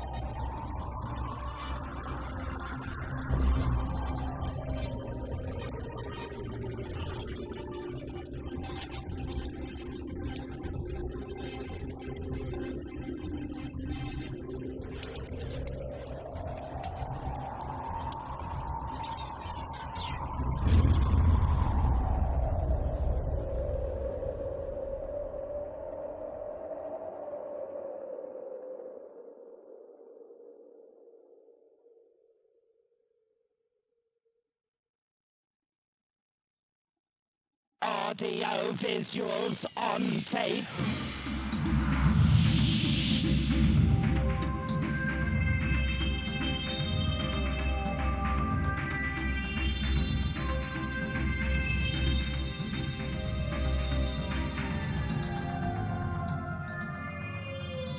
Hello, in this edition of AudioVisuals on Tape, I'm talking to John Ainsworth and...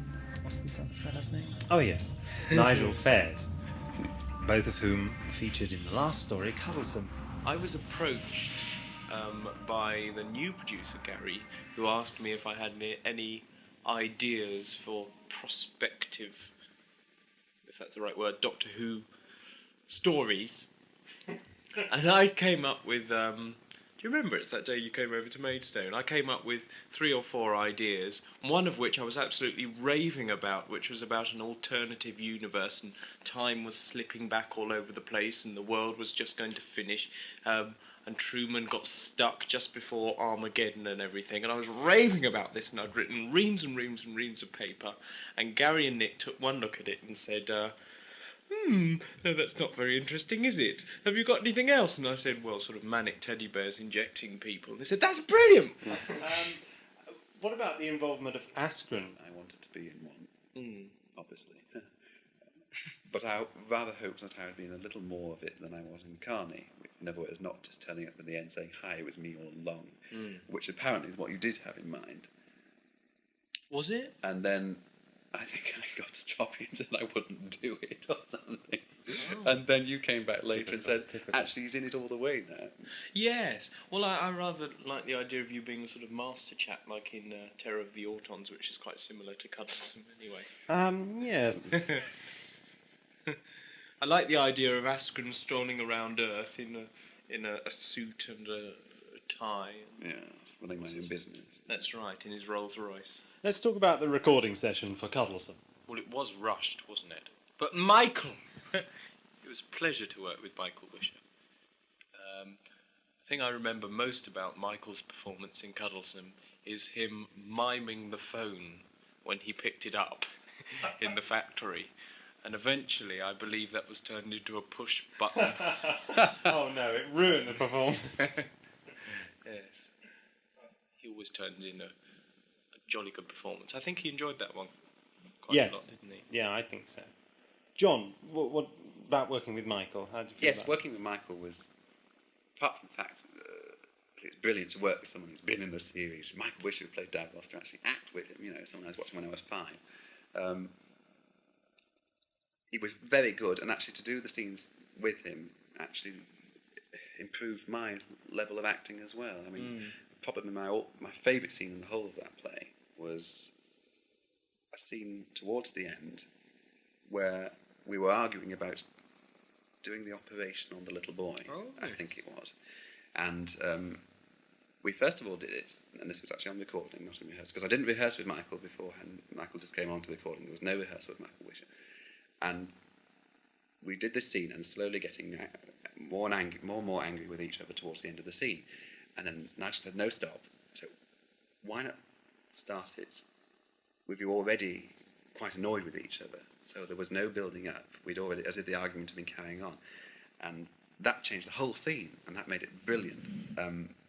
Because Michael then just put in at the beginning, because I had the first line, but Michael put at the beginning, no. That's right. Said, but Mr. Turvey, and I was already shouting at him already, and the whole scene just transformed, and it was brilliant. I mean, we were both really.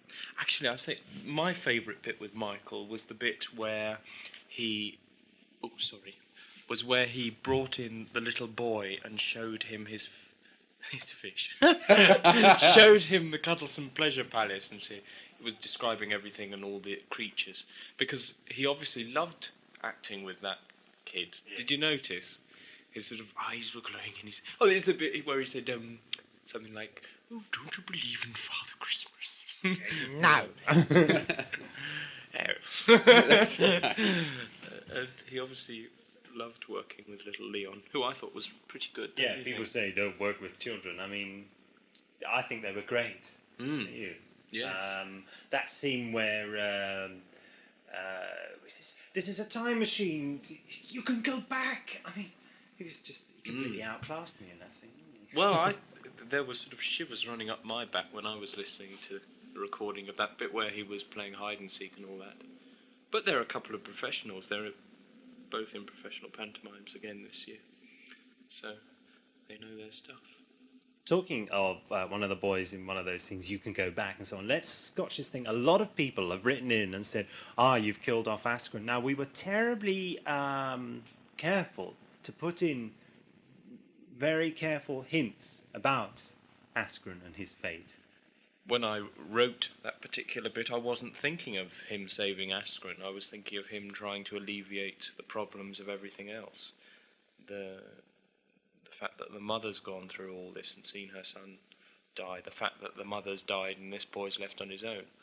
I think the doctor was feeling far more for them at that point, although not earlier, than he was for Askren. So I don't think he went primarily back to save Askren, if he went back at all. let's go back to basics. What about, first of all, Nigel? How did you first get involved with audiovisuals? I played Ogolian, an alien who had a sword fight with the Doctor, which was brilliant fun, and also a beer-swilling prison guard, I think. It was a great pleasure, actually, to be involved in that capacity as the villain. It was great fun. I don't think it was a very good villain, but I enjoyed it. I think you were... I like the sword fight scene. Right? Yes, it's great fun.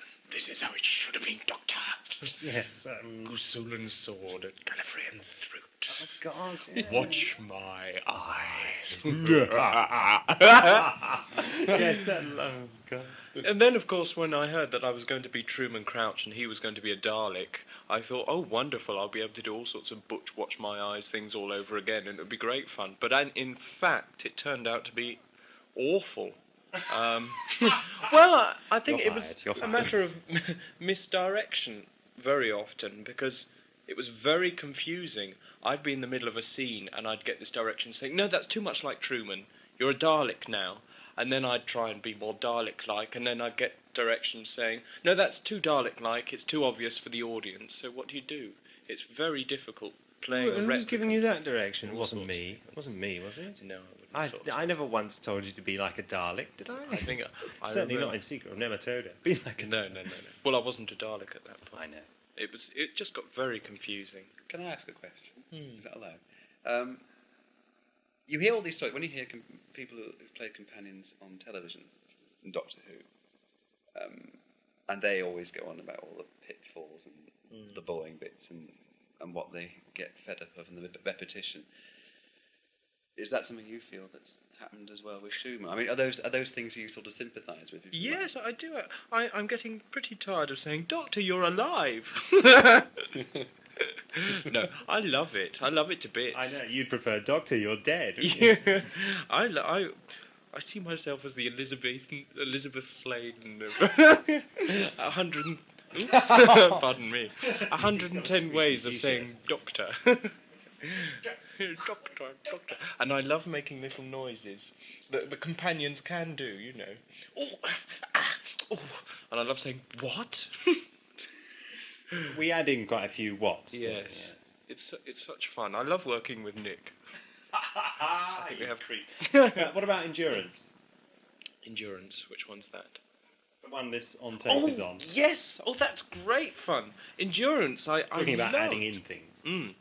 Endurance I loved because...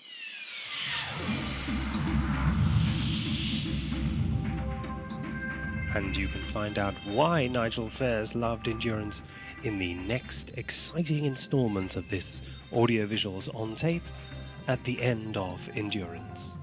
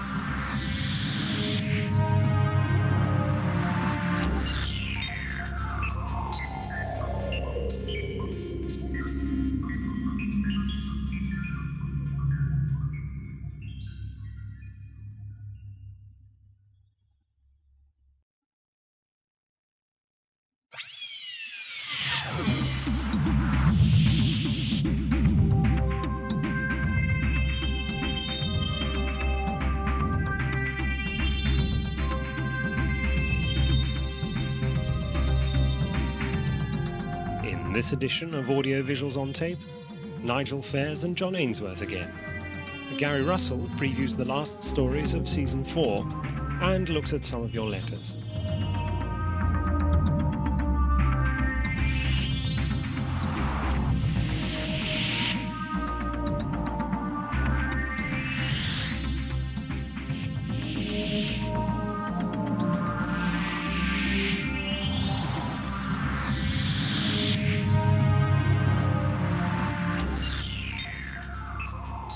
Endurance I loved because I turned up to the recording day with a streaming cold. And so I said, Nick, I wonder if I could perhaps give Truman a streaming cold in this. And so we added all sorts of lines, and I'm not sure whether there was actually a line where Truman had to smell something, wasn't there? I can't remember. Yes, he had to say, I can't smell smell alcohol or something like that. That's because right. they were suggesting one of the sailors was drunk. And I thought that was really And you said, appropriate. mind you, I can't smell anything. What are you doing, darling? Well, I thought I'd say, wouldn't it be funny if I I say, said a line about a common cold? Oh, that would be common. Yes. So I say, R the sea. I could take my hat off at that point. Can I just ask straight into the following scene inside the TARDIS? We might as well. Oh, blimey. Could you tell me what you're going to say? You say R the sea. Yeah. I'm going to go... Cough, yeah. And... Yeah.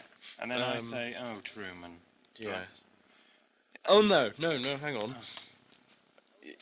And then I say that bit about, I thought you said this sea air was going to was going to be good for me.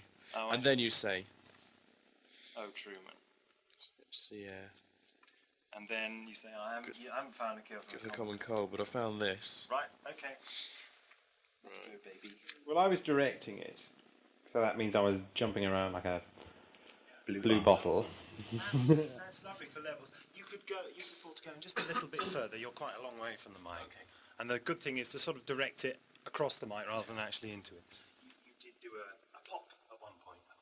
You know, where a bit of a plosive goes. Right, yeah. But that's great. There are just a few things, because of course you weren't here yesterday. No. But I mean, I just thought of... the thing is about, Lord Barsett. He says Lord Barsett's coming, so he's kind of... Oh, no. Not me. I'll do you a favour. Oh, come on, so I need to hear that a bit more. Right, in your voice, okay, yeah. I mean, I didn't know how I felt about the gap. I thought maybe it was just the gap 2 minutes. It tends to be with all of us, right? Yeah. And you see, because Lord Barsett keeps coming in and interfering the whole time. I think every 5 minutes he comes and says, look, I'm seriously sorry. Could we just, So, yeah, okay. Right? Yeah. Did you do the cold when you came in? Yeah, it was kind of mixed up with a sniff. I'll do it. Yeah. I mean, if in doubt, do those things a bit more than you think is necessary. Yeah. You really need to make a thing, because when you come in through the door with all the clunk and the... Thank you very much, Captain. That's fine. You really need to... Yes. Would you mind doing it upwind next time? Yeah, all that kind of thing. I mean, the thing is, you suddenly realise that, unbeknown to you, the script is absolutely chock-a-block with suggestive remarks. Yeah, I mean, because basically actors are well renowned for being foul-minded, and anything that sounds remotely like a dirty joke they're going to pick up on, basically. Of energy pots and glow. Yes, this is it, you see. And you find you have to cut all sorts of lines that you thought were perfectly reasonable lines, because everyone said, you can't say that, that's so rude,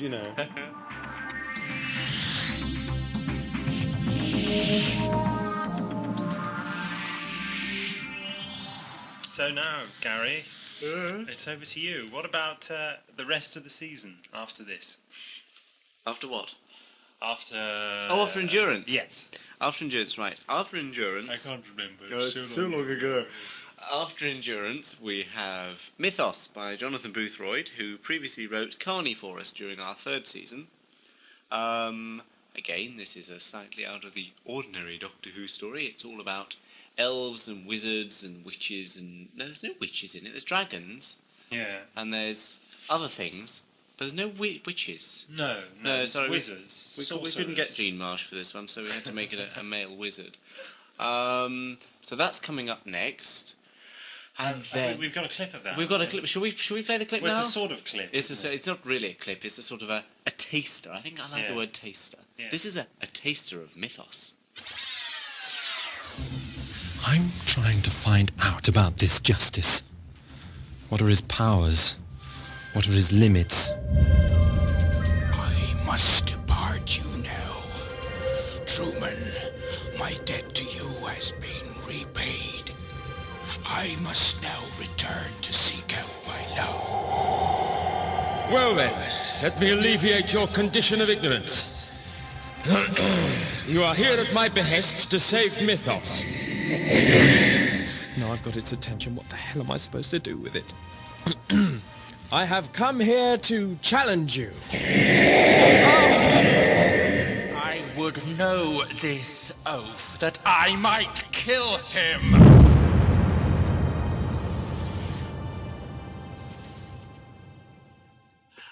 So, that was the trailer for Mythos. Sitting beside me right now is John Ainsworth, who you heard earlier talking about Askren, but he's also directed Mythos. John, how did you come to direct it? Because it was supposed to be directed by Bill Baggs, the Who former used to be producer, yes, and he had to go to Birmingham, so he couldn't direct it because we were in London. So we couldn't find anyone else, so I eventually did it. Absolute desperation, I have to tell you. Did you enjoy it? It's your first bash at directing, isn't it? Yes, I did want to direct one, and although I hadn't expected to direct Mythos, nor was it perhaps the one I would have chosen to direct, yet I did quite enjoy doing it. Was there anything particularly difficult about it, that when you looked at the script you thought, oh my god, how am I going to do this? Yes, because it was a sort of Lord of the Rings fantasy epic. There were various creatures in it, such as unicorns and dragons and other fantastic creatures, all of which had to have different voice effects, which, although they aren't done at the time, you have to bear in mind when you're recording it. So they're recorded on separate microphones to other people so that they can have different voice effects when it's edited. So that was an added thing to think about. Did you, for this script, get any input or help from the writer, Jonathan Boothroyd? Well, when the script was delivered, we decided that it did need quite a lot of changes made to it. So, because he doesn't live in London, we sent the script back to him with various notes scrawled all over it. The script was then returned to us with not exactly rewrites in it, but sort of affirmatives to most of what we'd written. So most of the rewrites were done by myself, with help from other members of the production team.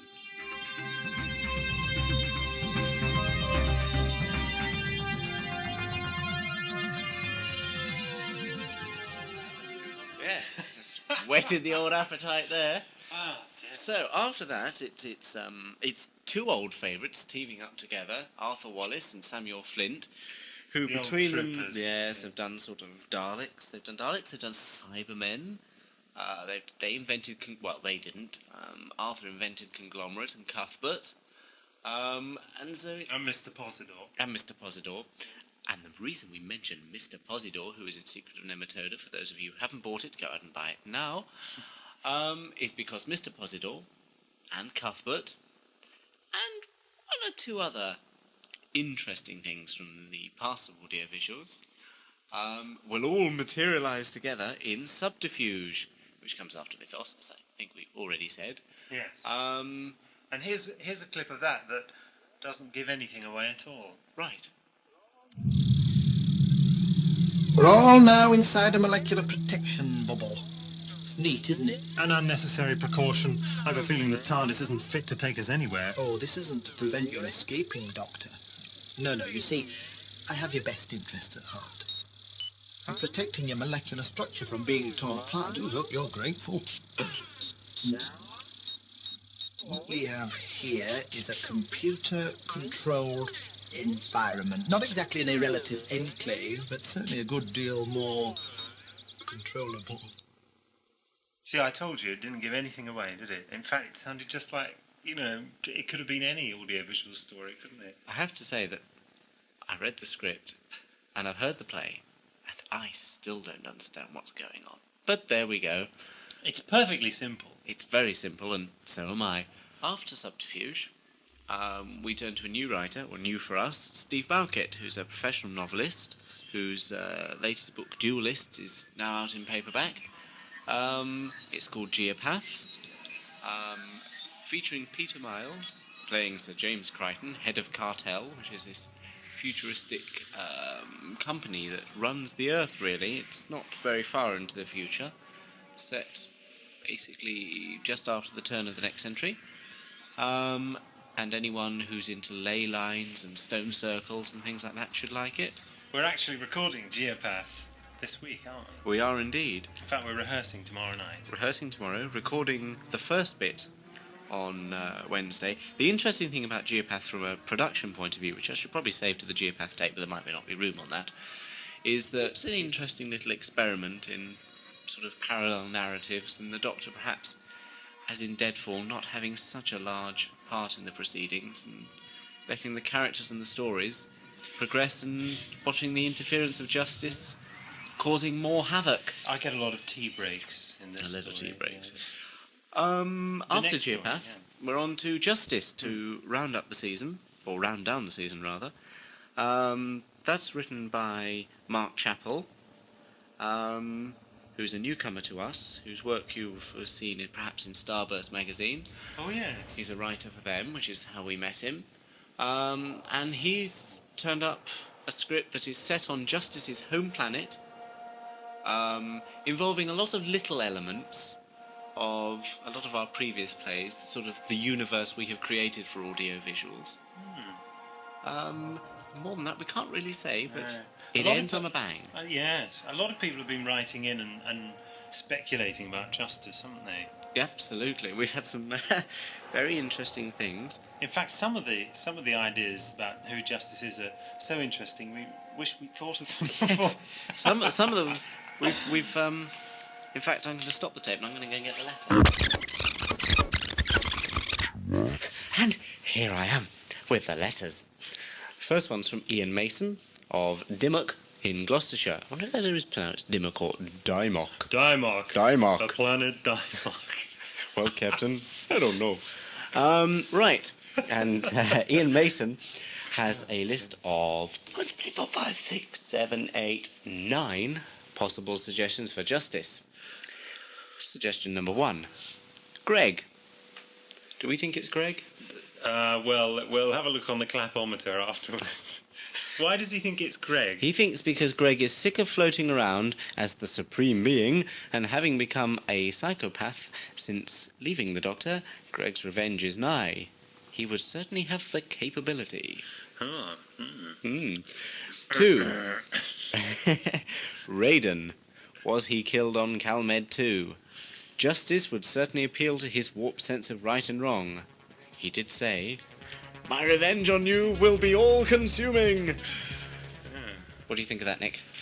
Our survey said. 3. The third man. Now, this is an interesting one. So many people think that in More Than a Messiah, there really was a third man that snuffed out Rhea's candle. Oh, goodness me. But who was it really, Nick? It was the woman, the woman in More Than a Messiah. Yeah, the woman on the beach. The woman on the beach. Yes, it was her, wasn't it? Well, yes. that was the intention in the script, I know for a fact. And everyone seems to think it was the Daleks or the Cybermen or something. And honestly, that was the whole idea. The woman on the beach had an affinity with Rhea, you see, and she was communicating with her. And blowing her candles out. Yes. So that certainly isn't justice. Right. 4. The TARDIS. After linking with the TARDIS to cure his Sargol addiction, could the Doctor's mental state have been transferred to part of the telepathic consciousness of the TARDIS? So far, Justice has only acted in and around the TARDIS. Good point. Good point. Well, I think that's a good possibility there, yes. 5. The Totem. If you haven't heard... The Totem. The Totem. If you haven't heard Planet of Lies, this will make no sense whatsoever. But then again, neither will Season 4 anyway. The residual mental energies of the totem of the Shabujum could still be floating around. If they were, I think, says Ian, they'd be rather cross with the Doctor. I say. I think you're totally wrong, Ian, and it certainly isn't the totem. Well, that was destroyed. We never quite worked out what the totem was, did we? No, but it's certainly an injustice. 6. The Time Lords. Were they all destroyed? They certainly have the technical ability, but lack a... Motive. Well, who knows what their motive may be. And they weren't all destroyed because old Askren, he was around. Yes. Number 7. The Emperor Dalek. When the Doctor was in the ship, the Star Rover, he was still psychotropically linked to the Dalek Emperor. Is he still in the Doctor's brain box? I thought wasn't it called the Star Rintintin? One has to say that... the Doctor's brain box is a contradiction in terms where Nick's concerned. Where is the Emperor now, then? He was blown up, wasn't he? Yes, he was. You should know. You were there. You saw it happen. Oh, no, you weren't. No, you weren't. You no. were, Well, you were psychotropically linked with him. Get on with it. Number 8, the Doctor himself. This is the theory which Ian considers most likely. Justice is, in fact, the Doctor. Yes, well, there we go. Number 9, none of these. I think that's probably the nearest. Well, this one about the Doctor's quite interesting, though. He's got this idea that the Doctor in the TARDIS is a replicant. Oh, as in what Planet of Lies were making. Oh. You know, like Truman thought he was a replicant in Requiem. And so he didn't. He thought he was running Deadfall. Oh no, he did think he was running Requiem. Yes, sorry, Requiem. Yes, I was in it. Yes, you were there, weren't you? Yes. So that's quite interesting, though. Yes. Yeah. Thanks, Ian. Right. And then also, Matthew Hodges of Newent in Gloucester. They're all in Gloucester. I wonder if these two know each other as they're in Gloucester. Matthew... He's drawn some rather unflattering pictures of me. He's drawn a terrible one of you with a huge nose. I've got a huge nose, no hair, and a beer gut. Look at that beer gut there. Now then, Matthew thinks Justice could be the Casolans from Minuet in Hell.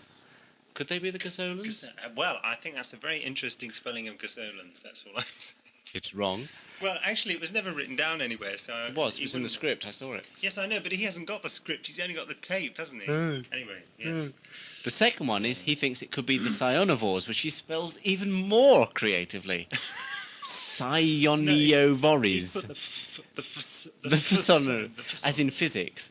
Sorry, this is terrible. Thank you for writing. We don't really mean to We don't really mean to take the mickey out of you. It's great fun. He'll never write again now, please, we do like you, Matthew, really.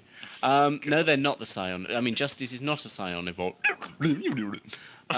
3, he's also got the idea... That's how we did that sound effect. It is, isn't it? Yes. He's also got the idea that it's something to do with the Time Lords. Yeah. And the same with Ian. He's totally wrong. Well, no, it's an intelligent guess. I mean, you know, it is... It's wrong. It could be. It's wrong. Keep a bit of mystery going. Oh, sorry, yes, mystery. It could be the Time Lords. Yeah. And 4, this one is certainly wrong. He says, we don't know yet because we haven't decided for ourselves what will happen. He then has, cheeky monkey, easy way out, go bankrupt halfway through the season and leave several hundred AV fans knocking their heads against the wall screaming, what in hell's name was Justice?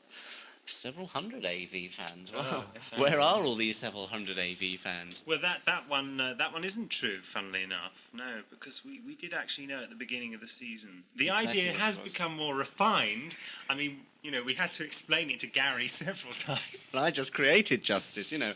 I knew what he was. I just didn't know how we were going to resolve it. Anyway, but as I say, thanks Mark for those Chappell. Right. Where's the bin? No. Sorry. Oh, the furnace. Bye, letters. Right. So, well, that's it, really. Yeah. That's the end of this on-tape section. Da-da-da-da-da-da-da-da.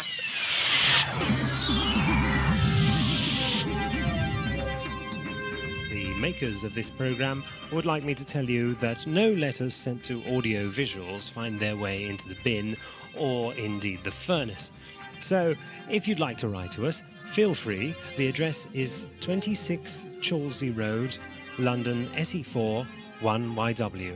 Look forward to hearing from you. It's your comments that keep us going.